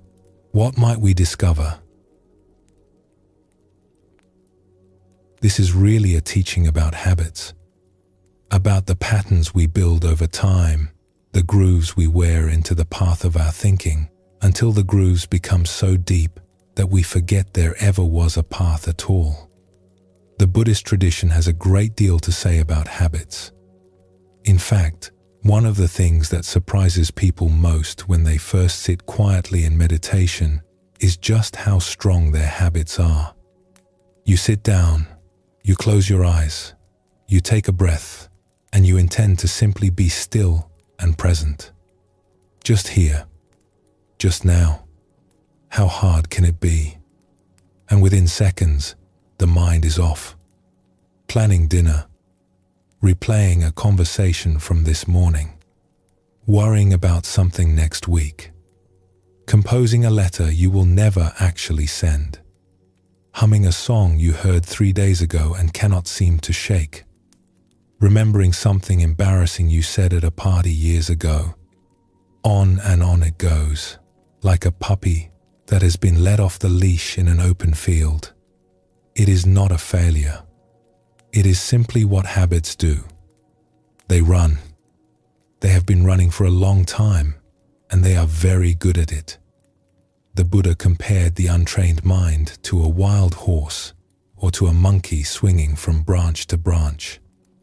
Not because the mind is bad, but because it is energetic and restless and deeply patterned. And the patterns go far deeper than thoughts. We have habits of feeling, habits of reacting, habits of posture and tension, and the way we hold our jaw when we are concentrating. We have habits of worry and habits of judgment and habits of the particular way we tighten our shoulders when someone says something we do not like. These habits are layered into us like the rings of a tree, one season on top of another, until they feel like the tree itself. And this is the key insight. They feel like who we are, but they are not. Let us explore a story that shows this in a tender and gently humorous way. There was a beloved member of a small spiritual community who became very ill. For a long time, she rested at home, surrounded by friends and family who cared for her deeply. Her body grew weaker, and the days took on a slow, quiet rhythm. People came and sat with her. They read to her. They brought flowers and soup and their gentle company. But here is the remarkable thing. Every few days, without fail, she would get up from her bed, walk slowly to the kitchen table, sit down, and pay the bills. Her friends would find her there, pen in hand, sorting through envelopes and writing checks. And they would say, gently, "What are you doing? Come back and rest." And she would say, "The bills are due." This went on for weeks. She would rest, and then she would get up and pay the bills. Rest, and then pay the bills. As though some deep, quiet engine inside her simply could not stop doing what it had always done. There is something in this story that is both funny and deeply touching. Funny because we recognize the absurdity of it, and touching because we recognize ourselves in it. We all have our version of paying the bills. Some habits so worn into us that even in the most extraordinary circumstances, we reach for it automatically. The way we check our phones first thing in the morning. The way we apologize for things that are not our fault. The way we make one more plan, one more list, one more arrangement, even when what the moment really asks for is simply to be still. Our habits are loyal. They show up every time. But the question the Buddhist path gently asks is, are you your habits? Or is there something underneath them that is much more free? The answer, which comes not from thinking but from quiet observation, is that we are far more flexible than we imagine, far more spacious, far more capable of setting something down and picking up something new. The Zen tradition has a lovely way of putting this. A master once said to a student who was struggling with old patterns, "You are not the weather. You are the sky. The weather changes constantly. Storms come. Sunshine comes. Fog rolls in and then burns off. But the sky never changes. It holds it all. It has room for everything, and it is never damaged by any of it." In the same way, our habits and patterns and well-worn reactions are the weather of our inner life. They blow through. They feel very real and very important while they are happening. But they pass. They always pass. And what remains underneath is something open and clear and vast. Something that was never defined by any single pattern. The Buddha put it this way: nothing is permanent. Everything is subject to change. Be aware of this, and you will find peace. And this awareness, this noticing, is really the beginning of what we might call the art of letting go. Now, letting go is a phrase that gets used a great deal, and it can start to sound like something you are supposed to do, like a task on a list. Let go of your anger. Let go of your fear. Let go of the past, as though you could simply open your hand and drop it, the way you might drop a stone into a pond. But real letting go is gentler than that. It is less like dropping something and more like noticing that you have been holding it. There is a difference. When you suddenly realize you have been clenching your fist for the last hour, the hand opens almost by itself. You do not have to force it. The noticing does the work. One teacher offered this simple phrase as a kind of quiet companion for daily life. 2 words: let go.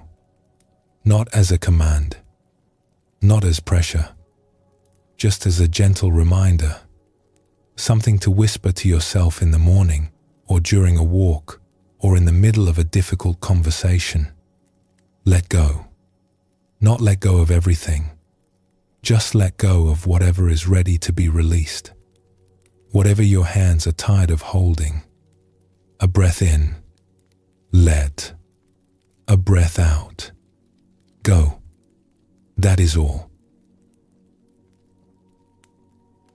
And then there is a story about letting go that has been making people smile for a very long time. It is the story of a bricklayer who learned this lesson in the most unexpected and dramatic way.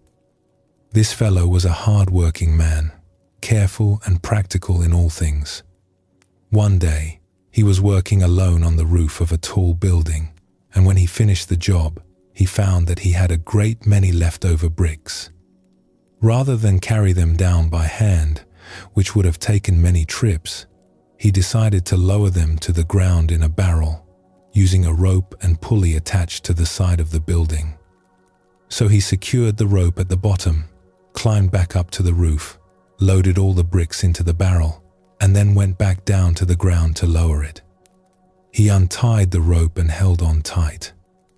Now, here is the part he had not quite thought through. The barrel, loaded with all those bricks, was considerably heavier than he was. And the moment he untied that rope, his feet left the ground.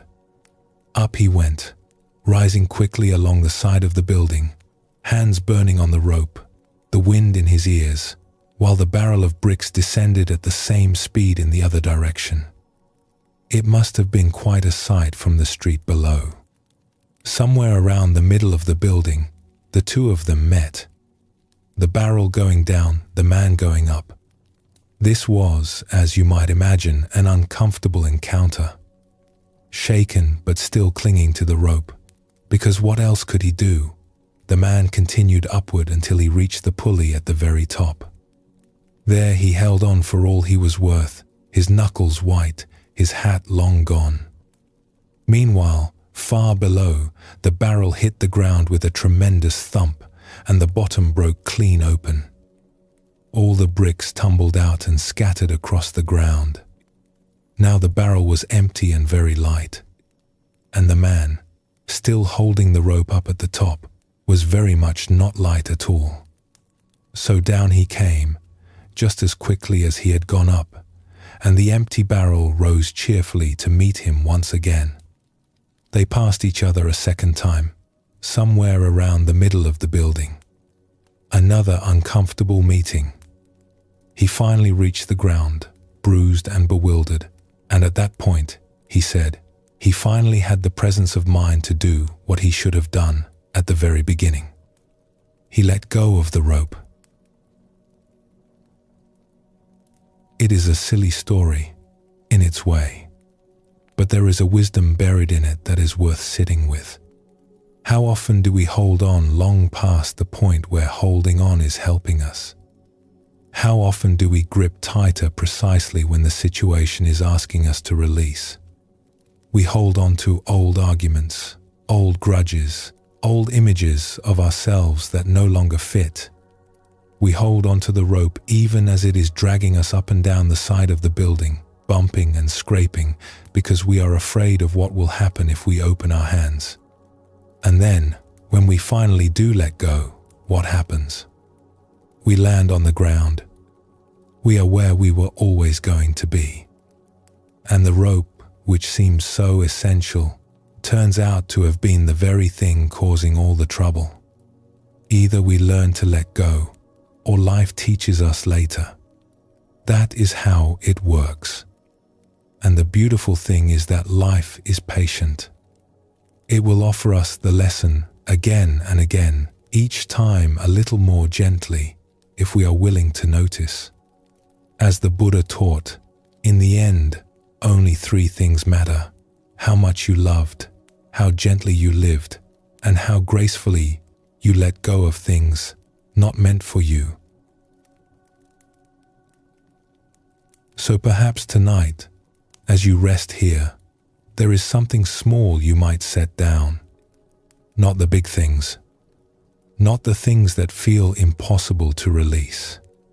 Just something small, a worry you have been carrying today, a tension in the body you have been ignoring, a thought that keeps circling and circling, like a bird looking for a place to land. You do not need to push it away. Just notice it. Acknowledge it, the way you might nod to someone you pass on the street. And then, if it is ready, let it soften. Let the hand open, just a little. Let the breath carry it. Let go. Let go. Like the tailor with his tape. Fresh measurements. A new moment. A new chance to meet yourself and the world exactly as you are, right now. Let us pause here for a moment. Let the body be easy. Let the mind be quiet. And when you are ready, we will continue on together.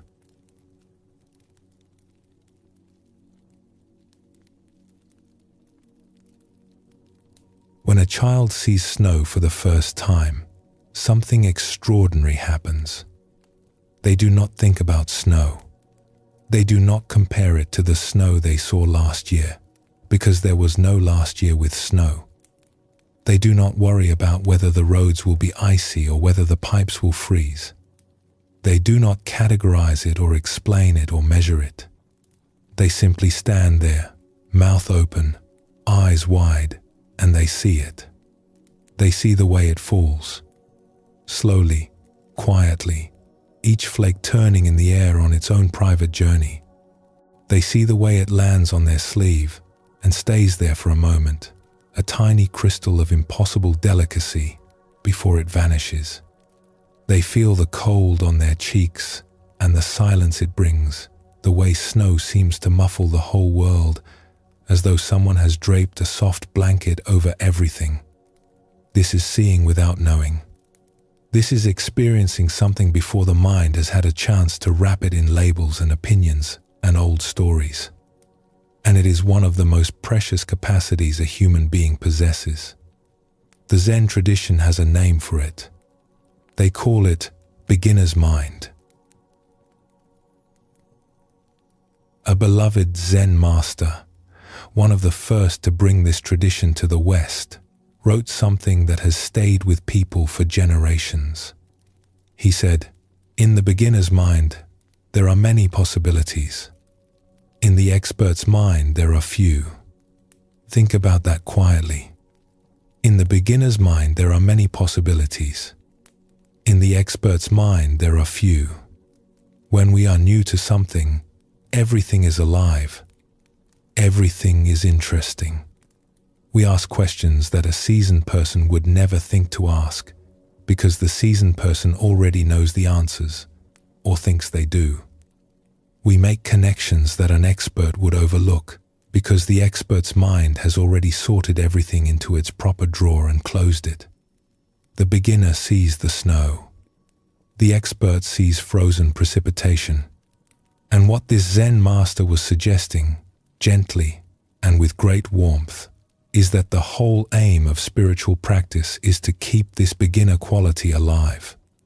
Not to become an expert in meditation or wisdom or inner peace, but to remain, always, a beginner, always arriving fresh, always seeing for the first time, always willing to be surprised. He said, in fact, that this was the entire goal. The goal of practice is always to keep our beginner's mind, not to graduate from it, not to move beyond it, but to return to it again and again, the way the tide returns to the shore. There is another teaching from a different Zen master that takes this even further. This teacher was known for answering the great questions of life with two simple words. A student would come to him and ask, "What is the meaning of life?" And he would say, quietly, "Don't know." Where do we come from before we are born? Don't know. What happens after this life? Don't know. What is love? Don't know. What is consciousness? Don't know. Now, this was not ignorance. It was not laziness or evasion or a lack of caring. Quite the opposite. If you looked at his face when he said these words, you would not see blankness or boredom.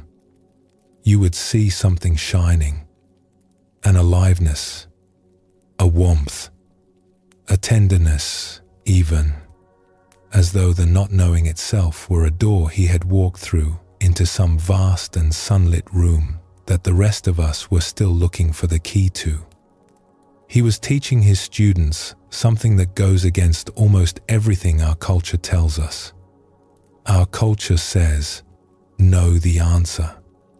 Be certain. Have a plan. Have an opinion. The person who says, "I don't know" in a meeting is the one who feels embarrassed. The person who says, "I don't know" at a dinner party changes the subject. But this teacher was saying the opposite. He was saying that don't know is the most honest and the most alive place a mind can be. that it is the place where real learning happens, where real seeing happens, where life, in all its wild and unpredictable beauty, can actually reach us. He was teaching his students that the deepest kind of freedom does not come from finding all the answers. It comes from being willing to rest in the questions, to hold them lightly, the way you might hold a bird in your open palm, not gripping, not squeezing, not demanding that it sing for you, just letting it sit there, alive and warm and free to fly whenever it is ready. Don't know is not a failure. It is an opening.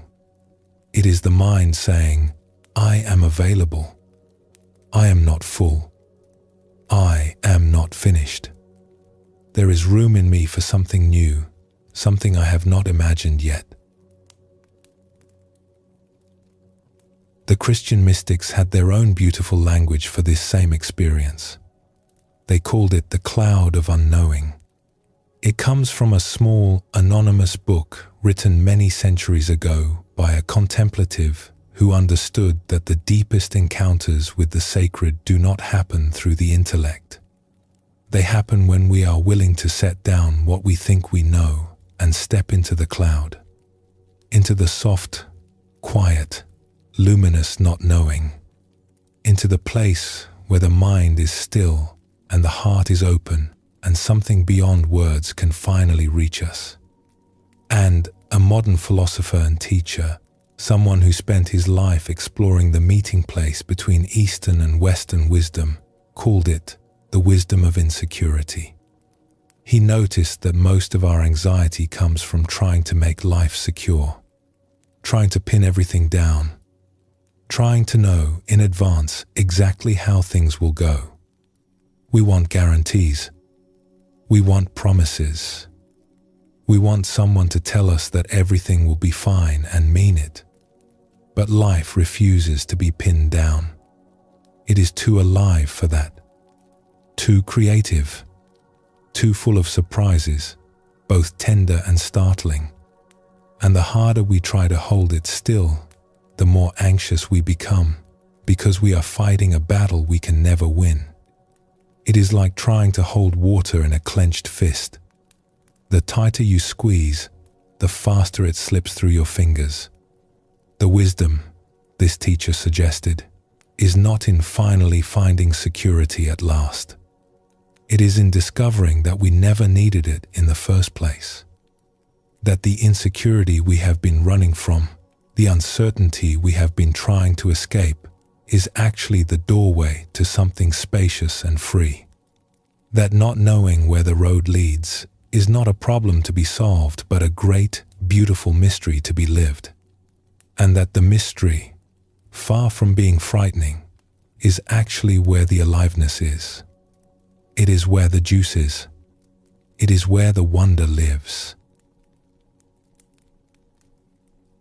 There is a story that may help bring this out of the abstract and into the warmth of real life. An old farmer lived at the edge of a village. One day, his horse ran away. The neighbors came by and said, "What terrible luck." The farmer said, "Perhaps." The next day, the horse returned, and it brought with it 2 wild horses. The neighbors came by again and said, "What wonderful luck." The farmer said, "Perhaps." The following day, the farmer's son tried to ride one of the wild horses and fell and hurt his leg. The neighbors said, "What terrible luck." The farmer said, "Perhaps." The next week, soldiers came through the village looking for young men to join the army, and because the son's leg was hurt, they passed him by. The neighbors said, "What wonderful luck." And the farmer said, "Perhaps." This story has been told in many versions, in many cultures, for a very long time. And what it points to is not that the farmer was indifferent. He loved his horse. He loved his son. He worried about the harvest and the weather and all the things that farmers worry about. He was not made of stone, but he had learned something that most of us are still in the process of learning. He had learned that he could not see the whole picture, that life is like a tapestry being woven from behind, and from where we stand, we can only see a few threads at a time. What looks like misfortune might, a few threads later, reveal itself as a hidden gift. What looks like a gift might carry an unseen difficulty that only becomes clear much later.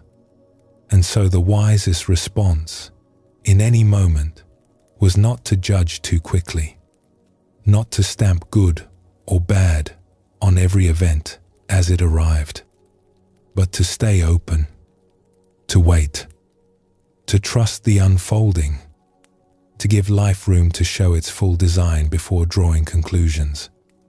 Perhaps that one gentle word holds a world of spaciousness. It is beginner's mind applied to the events of our daily lives. I do not know yet what this means, and that is all right. I will wait and see. I will stay curious. I will keep my heart open. Now, this kind of openness can feel uncomfortable at first. We are so used to knowing, or at least to pretending that we know. Our minds are wonderful organizing machines. They sort and label and categorize everything from the moment we wake up until the moment we fall asleep. This is good. That is bad. This is what I want. That is what I fear. This is who I am. That is who you are. And all of this sorting is useful, up to a point. It helps us cross the street and cook a meal and have a conversation. But when we mistake the labels for the reality, we lose something precious. We lose the freshness. We lose the wonder. We lose the ability to be surprised by the people and the world around us. A flower is not the word flower. A sunset is not the word sunset. The person sitting next to you is not the collection of adjectives you have assigned to them over the years. They are something far more mysterious and alive than any label could ever contain. The Buddha encouraged his students to look past the labels. He said, "Do not believe something merely because you have heard it, or because it is spoken by many, or because it is found in your books, or because it is taught by your teachers. But after observation and analysis, when you find that anything agrees with reason and is conducive to the good and benefit of all, then accept it and live up to it." This is radical openness. This is the mind of someone who is willing to set down what they have been told and look, truly look, at what is actually here. Perhaps the most comforting thing about all of this is that beginner's mind is not something you have to build or earn or achieve. It is something you already have. You were born with it. It was the way you met the world on the very first day, and it has never left you. It has only been covered over, layer by layer, year by year, by all the things you have learned and decided and concluded. Beneath all those layers, the beginner is still there, still wide-eyed, still curious, still capable of seeing snow as though it were falling for the very first time, still capable of looking at the face of someone you have loved for 30 years and thinking, "Who are you, really? I do not know." And how beautiful that is. And returning to that mind does not require years of training or special conditions. It can happen in a single breath. You are walking down a familiar street, a street you have walked 100 times before, and something shifts. The light falls differently through the trees. A bird sings a note you have never quite heard. The smell of rain on warm pavement reaches you, and for just a moment, the street is brand new. You have never been here before. Everything is vivid and surprising and wonderfully, achingly close. That is beginner's mind, arriving uninvited, like a guest you forgot you had been waiting for. That is the cloud of unknowing, parting for just a moment to show you the vast, clear sky behind it.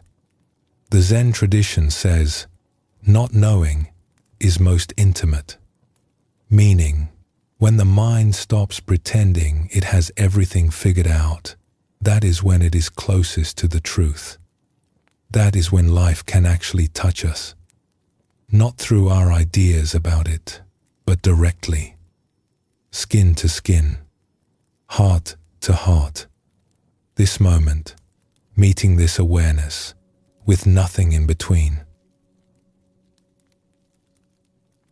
So there is nothing to figure out tonight, nothing to solve or understand or master, just a gentle invitation to let the knowing rest for a while, to let the labels soften, to let the categories blur at the edges, like colors in a watercolor painting left out in the rain. What remains when we stop knowing? Not emptiness, not confusion, something much kinder than that. A spaciousness, a readiness, a quiet willingness to meet whatever comes next with open hands and open eyes. Don't know. And in the not knowing, a great freedom, a great peace, a world full of possibilities that the expert mind could never have imagined. As the old farmer might say, gently, with a knowing smile, perhaps. Let us rest here for a moment. Let the mind be soft. Let the questions float, unanswered, like leaves on still water. And when you are ready, we will continue on together.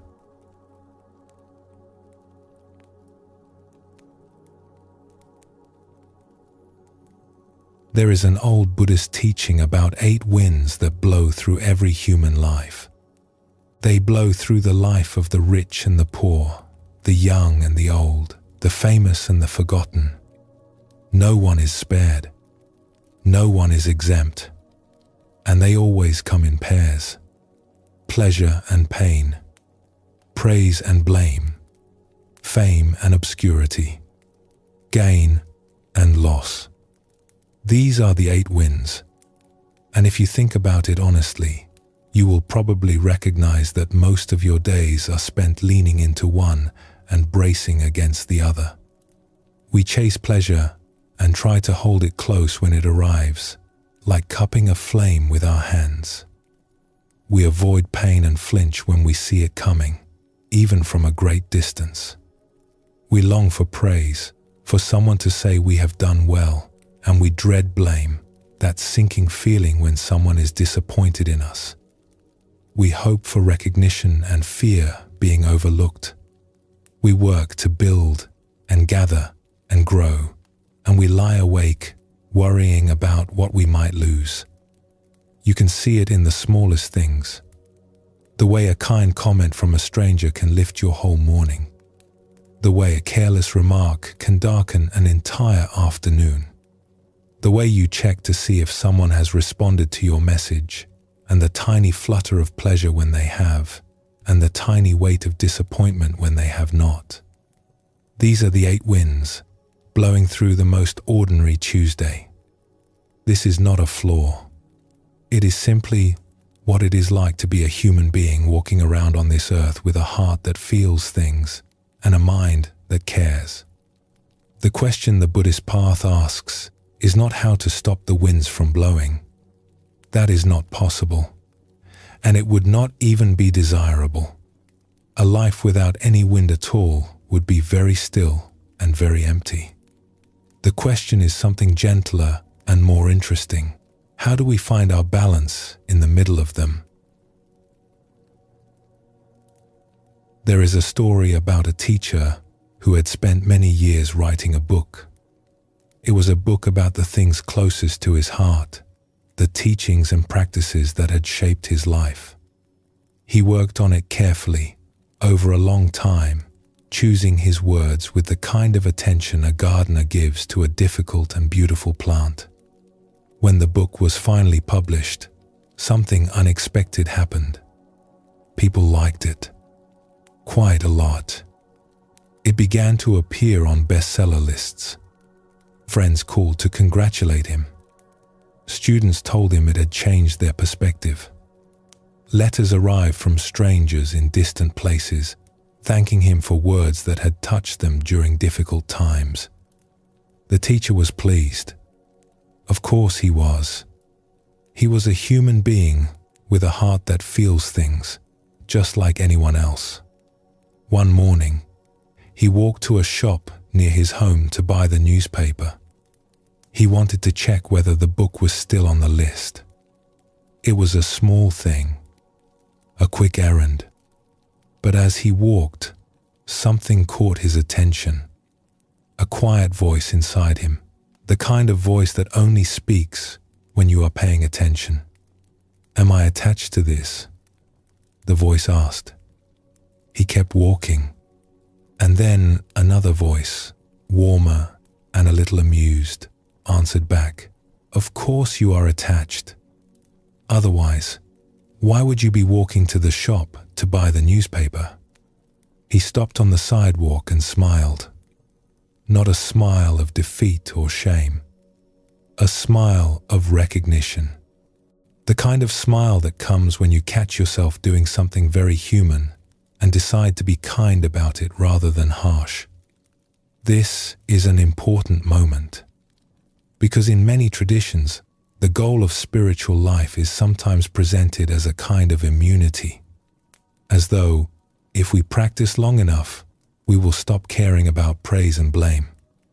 We will float above it all, untouched, serene, like a statue on a mountaintop. But that is not what the Buddha taught. And it is not what this teacher discovered on his walk to the shop. What he discovered was simpler and more honest than immunity. He discovered that he could see his own attachment clearly, without pretending it was not there, and without punishing himself for having it. He could say, "Yes, I care about this. I am pleased when people like my work. I feel a little sting when they do not." And in the seeing, in the honest, warm, gentle seeing, there was a kind of freedom. Not freedom from the winds.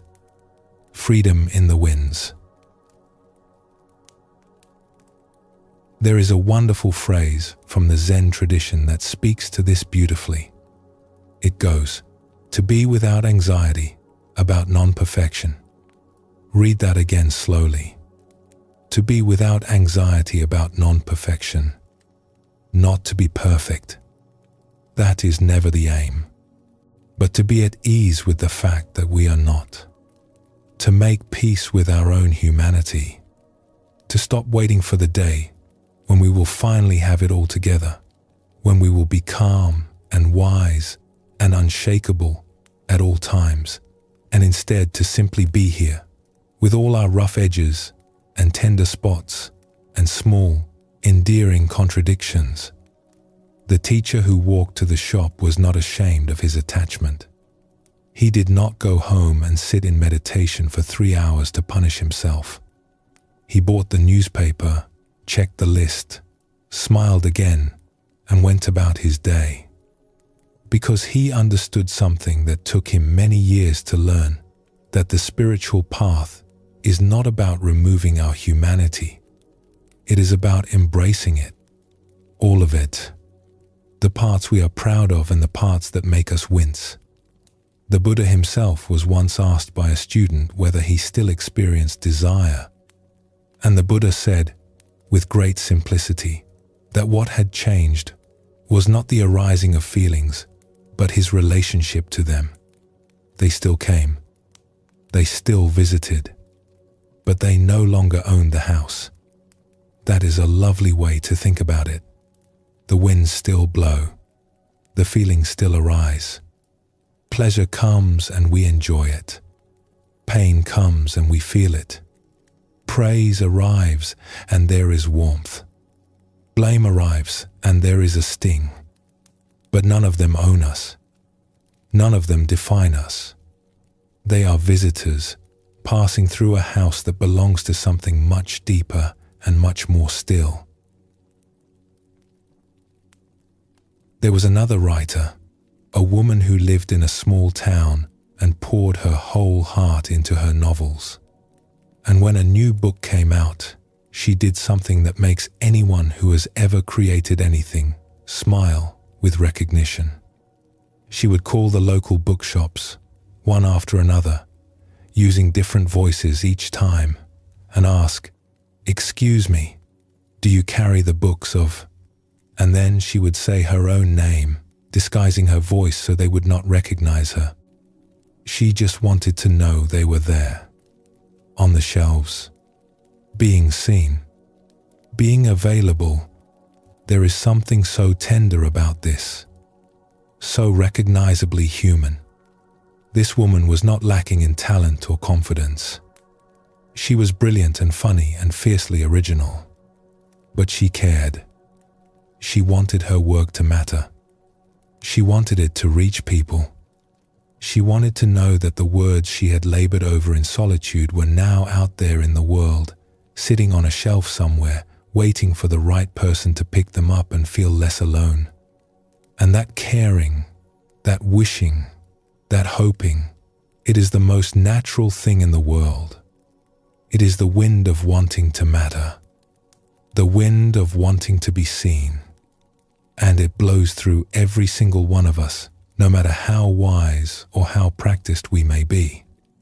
The 8 winds blow through every life, through the life of the meditator and the life of the novelist and the life of the baker and the life of the teacher, through the life of the monk sitting in silence and the life of the parent checking their phone to see if anyone appreciated the meal they spent all afternoon preparing. We are all in the same weather, every last one of us, and the path is not about finding a place where the weather cannot reach us. It is about learning to walk in the rain with a certain grace, to feel the drops on our face and keep going, not because we do not notice them, but because we have made friends with the sky. There is a passage from the ancient Chinese book of wisdom, the Tao Te Ching, that speaks to this with great elegance. It says, in its own flowing way, rushing into action, you fail. Trying to grasp things, you lose them. Forcing a project to completion, you ruin what was almost ripe. Think of how often we do this. We push a conversation past the point where it should have been left to rest. We hurry a decision that needed another week of quiet thought. We force a relationship into a shape it is not ready for. We try to make a child grow up faster, or a garden bloom sooner, or a wound heal on our schedule rather than its own. The Tao says the wise person takes action by letting things take their course. She remains as calm at the end as at the beginning. She does not force. She does not rush. She does not try to make the fruit ripen by pulling on the stem. This is not passivity. This is patience. This is the deep, quiet confidence that things have their own timing and that our job is not always to push, but sometimes simply to be present and let life do what it knows how to do. There is a saying often shared in Buddhist circles. You cannot pull a flower open. You can only let it bloom. And the blooming has its own schedule, its own wisdom, its own perfect, unhurried unfolding. So what does all of this mean for us in our ordinary, beautiful, imperfect lives? Perhaps it means that we can be a little kinder to ourselves about the ways we are blown by the winds, a little more forgiving of our attachments and our desires and our small human hopes. Perhaps it means we can stop pretending that we are above it all and instead simply notice, with warmth and a touch of humor, that we are right in the middle of it. I care about this. I want this to go well. I hope they like me. I wish this had not happened. I am proud of what I made. I am stung by what they said. Yes, all of that. And none of it needs to be a problem. None of it needs to be fixed or corrected or transcended.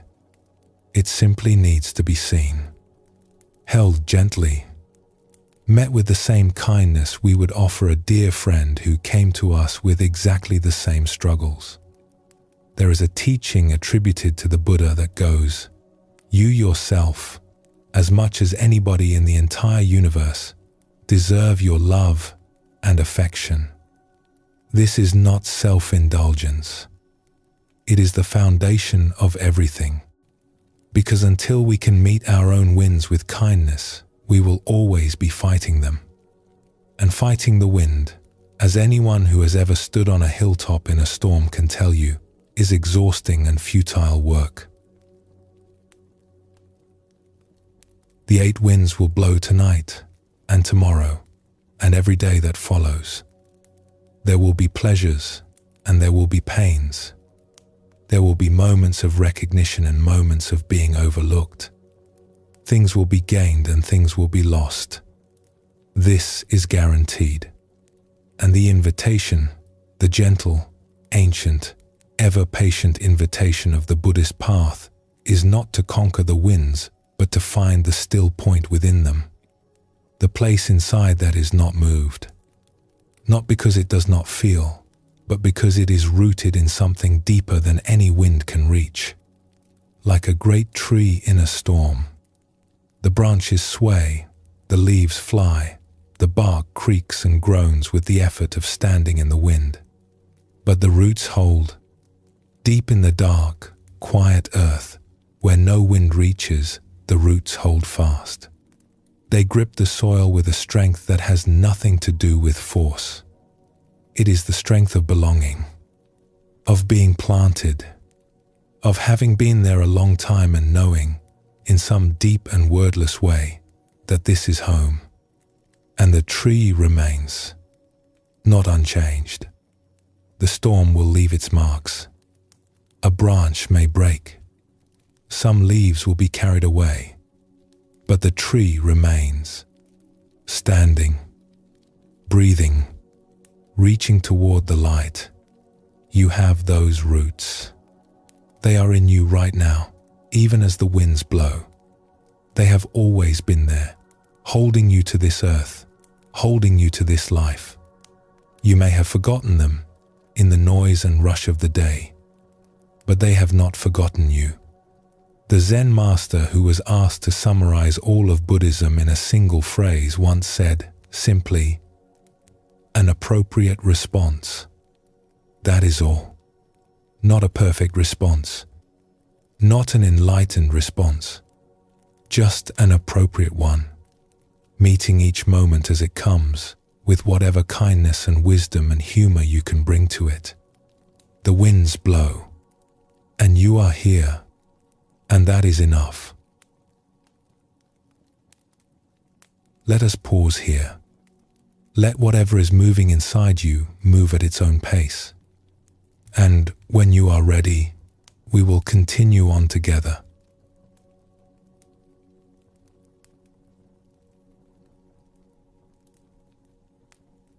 Think about how your body feels after a long swim, or after a walk in the hills on a cool morning, when the air is fresh and the path is quiet, and the only sound is your own footsteps and the wind in the grass.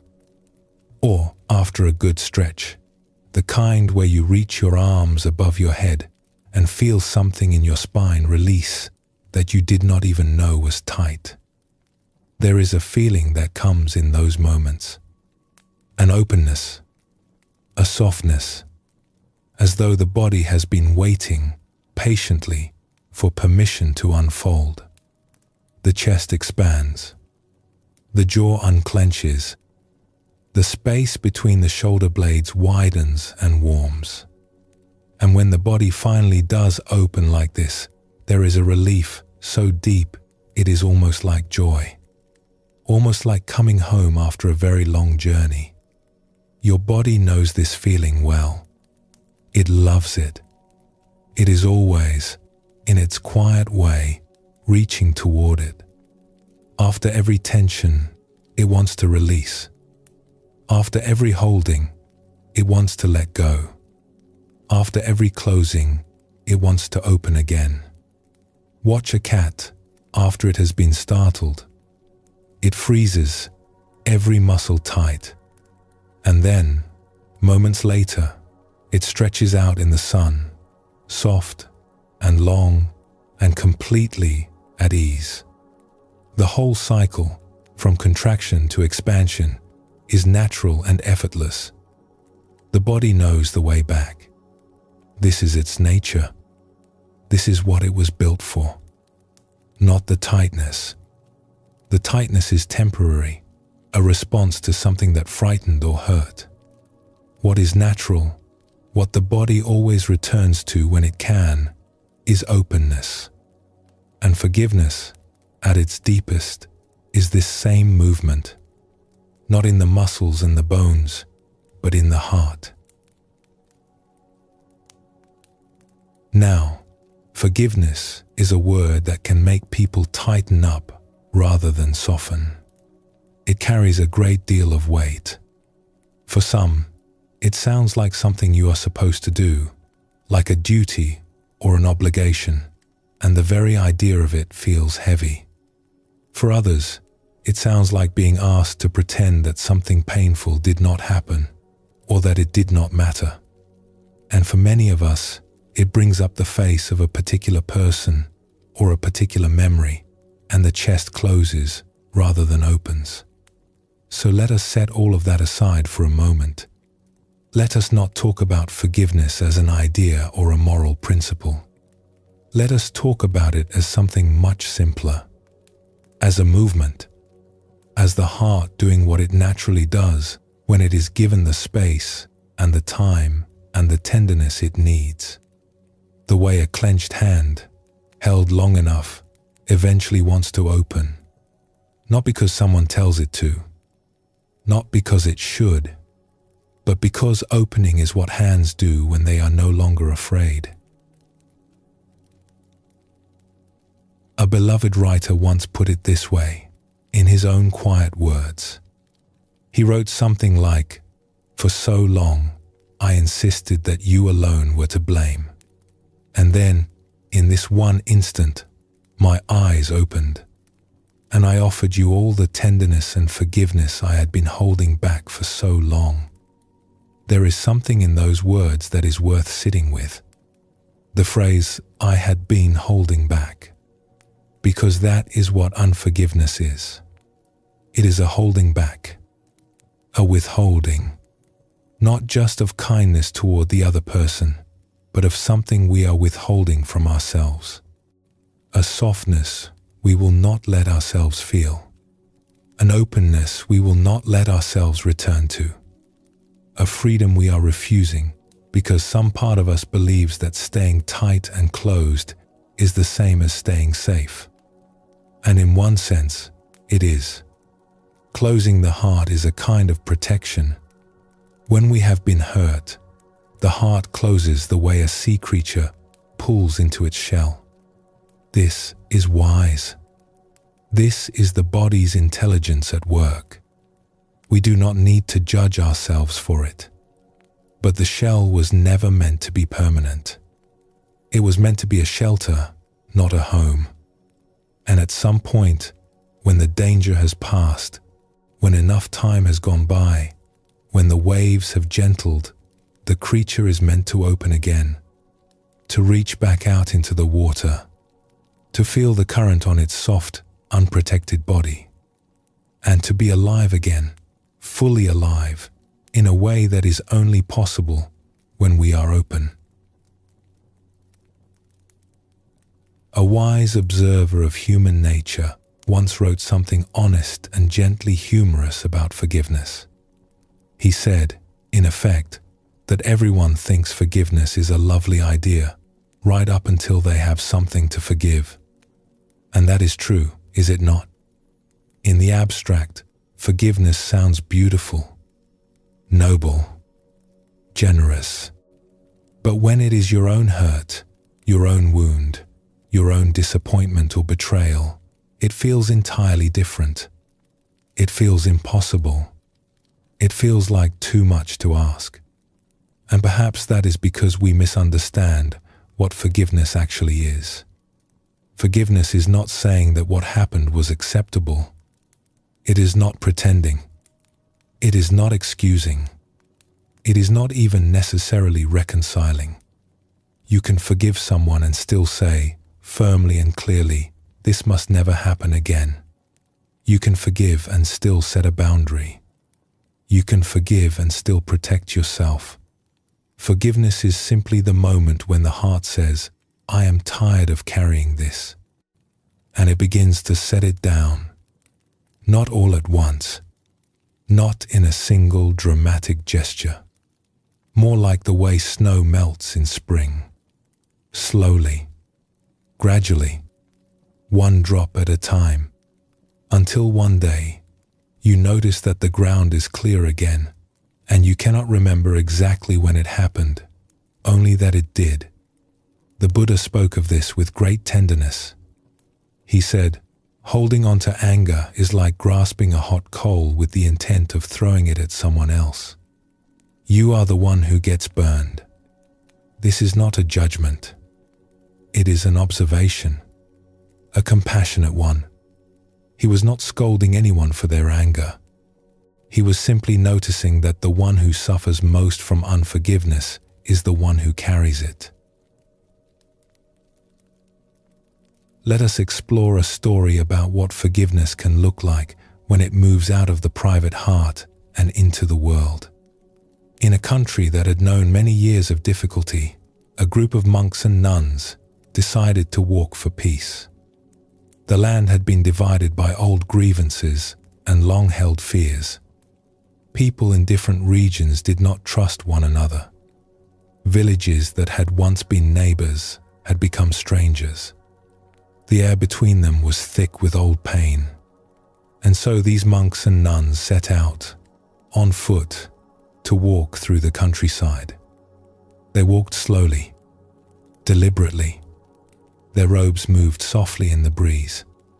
Their bare feet touched the dust of the road with care, as though each step were a kind of prayer. And in fact, it was. With each step, they offered a quiet intention, an intention for peace, for kindness, for the softening of old wounds, for the possibility that people who had turned away from each other might, one day, turn back. They carried with them small vessels of water, and as they passed through the villages, they would stop and gently sprinkle the water over the people who came out to meet them. It was an ancient blessing, a gesture as old as the tradition itself. The water of forgiveness, the water of loving kindness, a way of saying, without any words at all, we are still here. We remember who we are, and we wish you well. We wish you peace. The villagers would come out of their homes slowly, cautiously at first, and stand by the roadside, watching these quiet figures pass. Children would come running. Elders would stand in doorways, shading their eyes against the sun. Some people were simply curious. Some were deeply moved. Some had tears on their faces that they did not bother to wipe away and did not need to explain. Something in the sight of those walking figures, that gentle procession of peace through a troubled land, touched a place in them that words could not reach. Some of the men who had carried their grievances for years came out and laid them down, in their own way, quietly, by the side of the road. They said, in their own words, something like, "Yes, we too wish for peace. We too are tired of this weight." The old monk who led the walk was asked afterward how he had found the courage to set out on such a journey. And he said something simple and beautiful. He said, "If we cannot trust enough to walk, how can there ever be peace? if we cannot trust enough to walk. That is forgiveness in its bravest form. Not waiting until it is safe. Not waiting until the other side has changed. But stepping out with open hands and an open heart, because someone has to go first. Someone has to be the one who sets down the stone. And this brings us back to where we began. To the body, to the breath, to the simple physical truth that your body loves to be open. Think about the feeling after a good cry. Not during it. After. When the tears have done their work and the chest is empty and soft, and there is a quietness that was not there before. The eyes are clearer.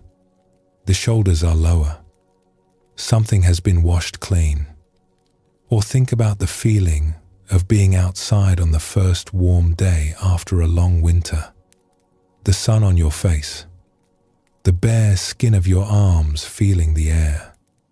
A warmth that goes deeper than temperature. A sense of being welcomed back into the world. That is what forgiveness feels like in the body. Not an idea. Not a decision. A release. An opening. A return to something that was always there, waiting beneath the tightness and the holding. The Buddha taught that our deepest nature is not the contracted, defended, armored self that we build up over the years.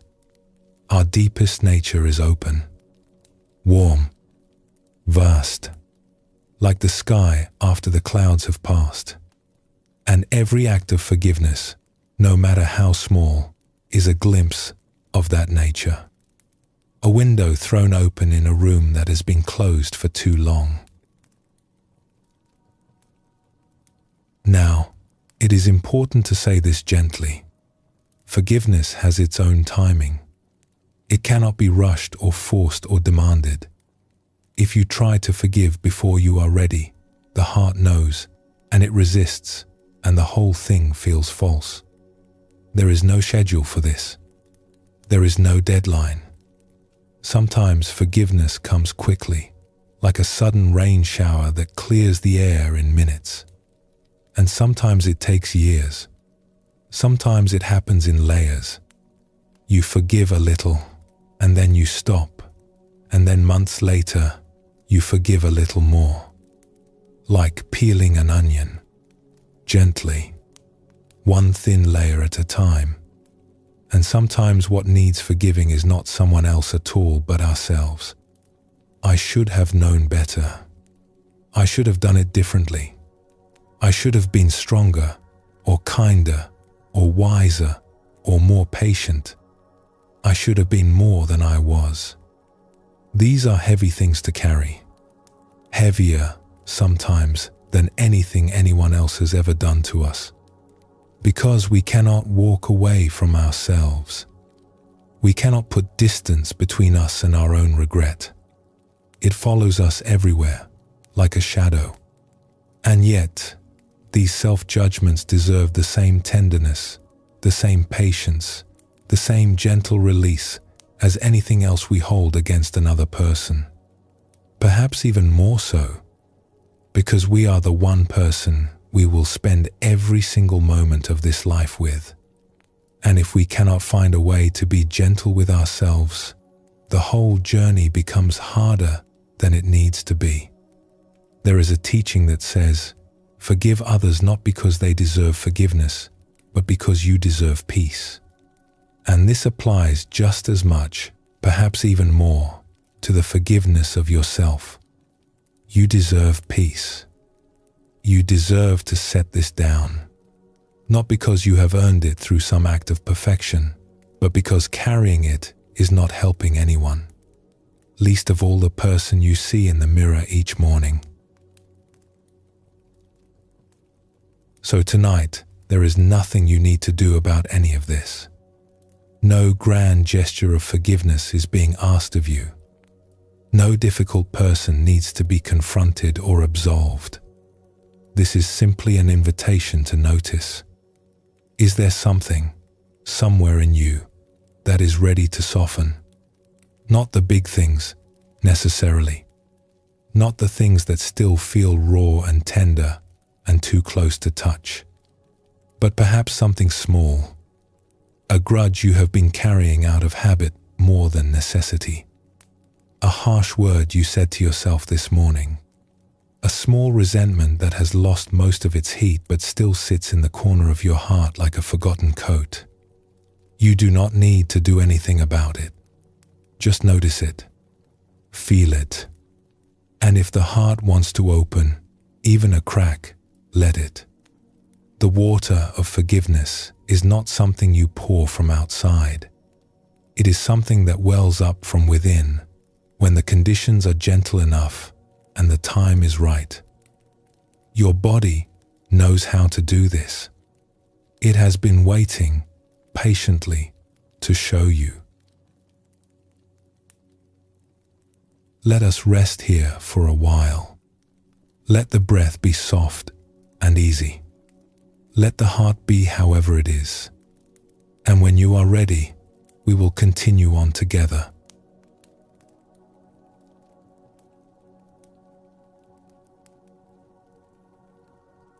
There is an old proverb passed down through many generations that goes like this: you can only walk halfway into the darkest forest. After that, you are coming out the other side. Let that arrive gently. You can only walk halfway into the darkest forest. After that, every step you take is a step toward the light. Imagine it, if you like. A forest so thick and deep that the canopy above blocks out most of the sky. The path is narrow. The light is dim. The trees press close on either side, their trunks dark and ancient, their roots tangled across the ground like the fingers of old hands. It feels endless. It feels as though you could walk and never reach the other side. But you keep walking. One step, then another. And slowly, so slowly you almost do not notice, the light begins to change. A softness enters the air. The spaces between the trees grow wider. A patch of blue appears above you, then another. A bird sings somewhere ahead. And you realize, with a quiet start, that you have passed the middle. You did not see a marker. There was no sign. But somehow the forest is thinning and the light is growing, and each step now is a step toward open ground. There is something in this image that the heart recognizes before the mind has even finished forming it. A quiet reassurance. A reminder that darkness, no matter how deep it feels, has a middle. And once you have reached that middle, the direction changes. Not because you did anything special, not because you solved a puzzle or found a hidden key, but because that is the nature of forests. They do not go on forever.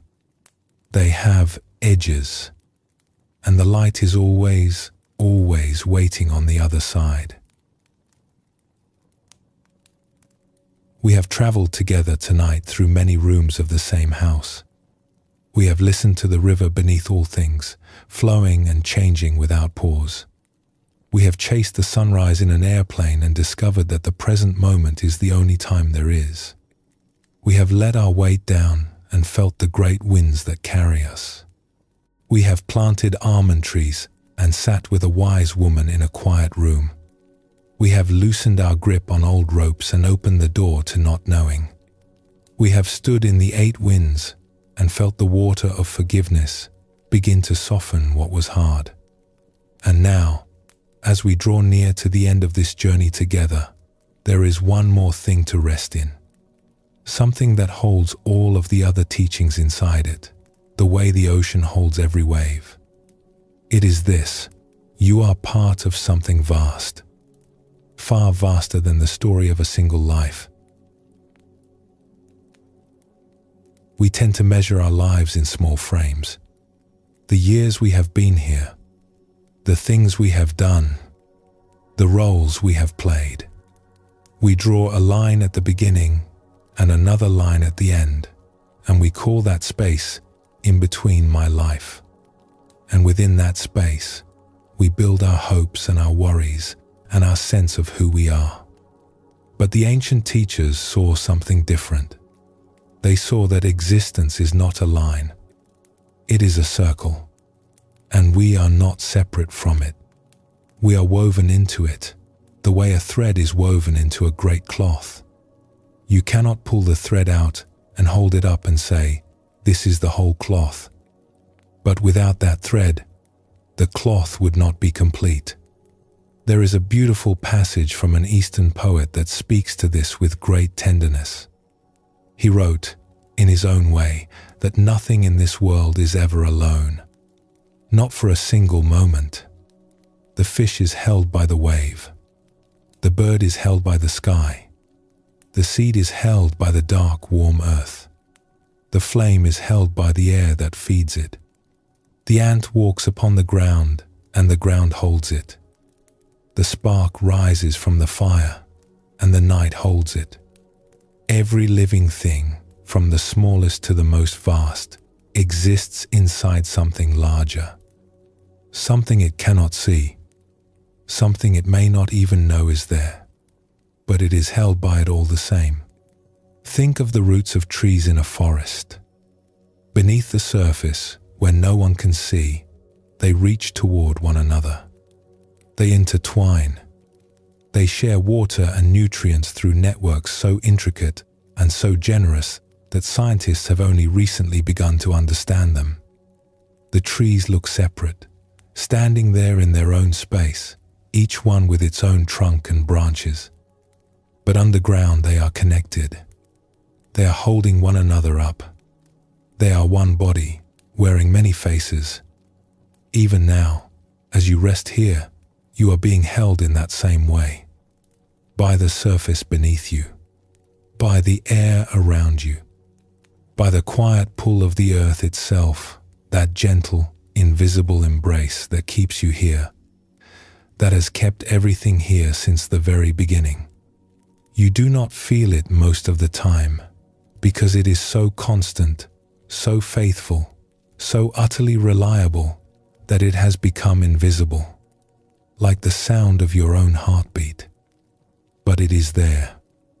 It has always been there, and it is not going anywhere. There is a teaching from the high mountain traditions of the East that carries this same spirit of trust, but stretches it across a much longer arc of time. The people of these mountains have endured many difficulties over the centuries. Their land has been occupied. Their traditions have been challenged. Their way of life has been threatened more than once. And yet, when asked how they bear it, one of their great teachers said something remarkable. He said, with a gentle humor, "We have altitude in our favor," meaning our home is so high that the difficulties come, but they do not tend to stay very long. Perhaps 50 years, perhaps 100, and then they pass, as all things pass, and we are still here, and the mountains are still here, and the sky is still here. There is a breathtaking patience in that response, a willingness to take the long view, not the view of a single lifetime, but the view of centuries, of millennia, of the great, slow turning of time that makes even the largest upheavals look, eventually, like ripples on the surface of a very deep lake. This is not a teaching about ignoring what is difficult. It is a teaching about perspective, about remembering that we are part of something that has been going on for a very, very long time, and that will continue long after the current chapter has turned its page. The mountains endure. The rivers keep flowing. The stars come out every night, just as they have for billions of years, whether anyone is watching or not. And somehow, in some way that is hard to explain but easy to feel, We are part of all of that. We belong to it. We have always belonged to it. There is a line from an ancient sage that goes something like this: out of the vastness we are born, and into the vastness we return. Existence is a circle, and we make a mistake when we try to measure our life only by the small arc we can see. This is not a somber thought. It is, in fact, a tremendously freeing one. Because if we are part of something that vast, something that old, something that endlessly renewing, then we do not have to carry the weight of the whole story on our own small shoulders. We are one thread in the cloth, one note in the music, one wave in the ocean. And the ocean does not depend on any single wave to be the ocean. There is a great peace in that. A peace that comes not from understanding everything, but from resting in the knowledge that you do not have to. That the mystery is not a problem to be solved, but a home to be lived in. That you can set down the need to figure it all out and simply be here, breathing, alive, part of the great unfolding. The Buddha, when asked certain questions about the nature of existence beyond what can be seen, would sometimes remain silent. Not because he did not care, but because, in that moment, silence was the truest answer. Some questions are not meant to be answered with words. They are meant to be held, wondered at, bowed to, and then gently released. And this brings us to perhaps the simplest teaching of all. 3 small words that a great Zen master offered when he was asked to summarize the whole of Buddhism. He did not give a long lecture. He did not quote ancient texts or describe elaborate practices. He simply said, "Not always so. Not always so. The pain you are feeling right now. Not always so. The joy. Not always so. The confusion, the clarity, the loneliness, the connection, the fear, the courage. Not always so. Not always so. The sleepless night will end. The long winter will soften. The worry that feels so heavy tonight will, one morning, feel lighter. Not because you forced it to change, but because that is what all things do. They change. They turn. They move."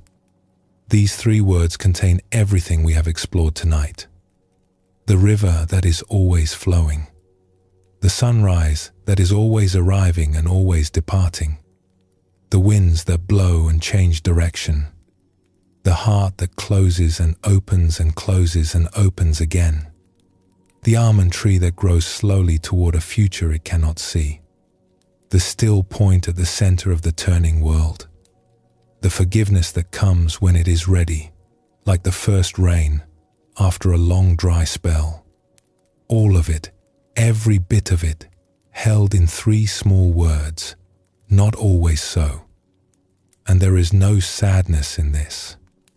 There is freedom. Because if nothing is permanent, then nothing is stuck. The difficult time you are in will change. The joy you are savoring will change too, yes, but it will be followed by other joys, other sweetnesses, other moments of unexpected grace that you cannot yet imagine. Life is endlessly creative. It never runs out of new things to offer.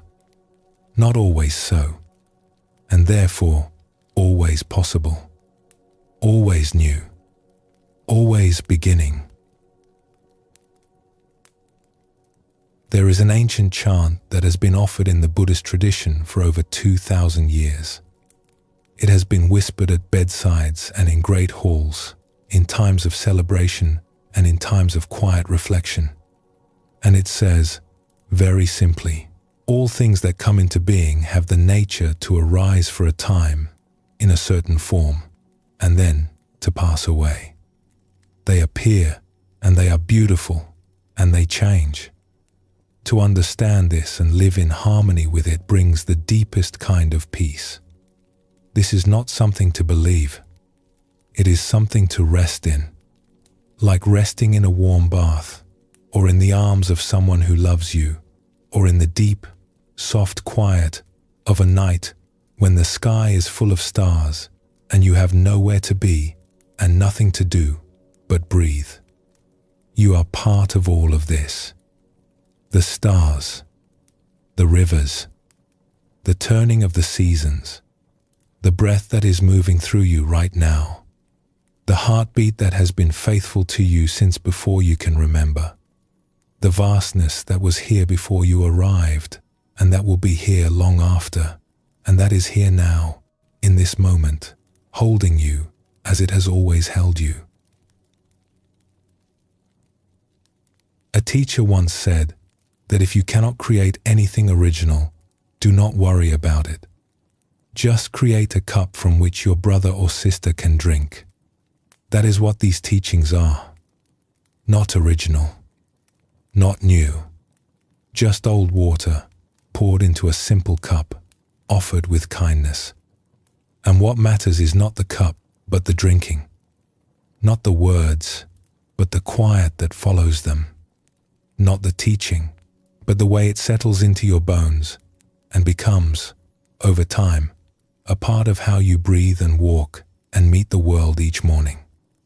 You do not need to remember any of this. You do not need to take notes or make a plan. The river remembers. The breath remembers. The heart, that faithful, tireless companion, remembers everything it needs. And it will carry what matters into tomorrow, and the day after, and the day after that. All things change. This is the truth. And in the understanding of it, there is peace. Not always so. Not always so. And in that not always, a world of tenderness, a world of wonder, a world that is always, always beginning again. Let us rest here now. Let the breath be slow and soft. Let the body settle into whatever holds it. There is nothing more to do, nowhere else to be. Just this breath, just this moment, just this gentle, vast, ever-changing now. And when you are ready, we will close together.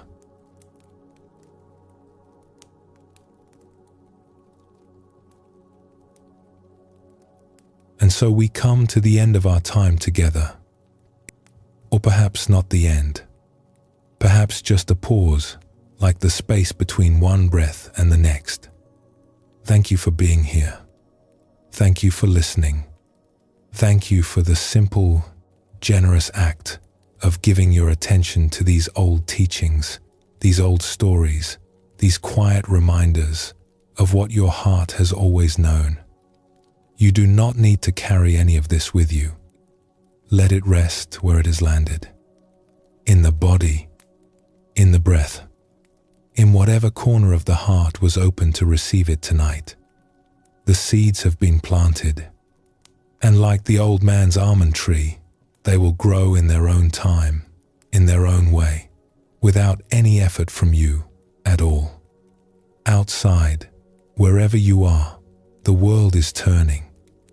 The stars are making their slow journey across the sky, the same journey they have made for billions of years. The moon is doing whatever the moon does tonight. Full or thin or hidden, it does not matter. It is there. And so are you. Part of the same vast, gentle, ever-changing mystery. All things arise, and all things pass away.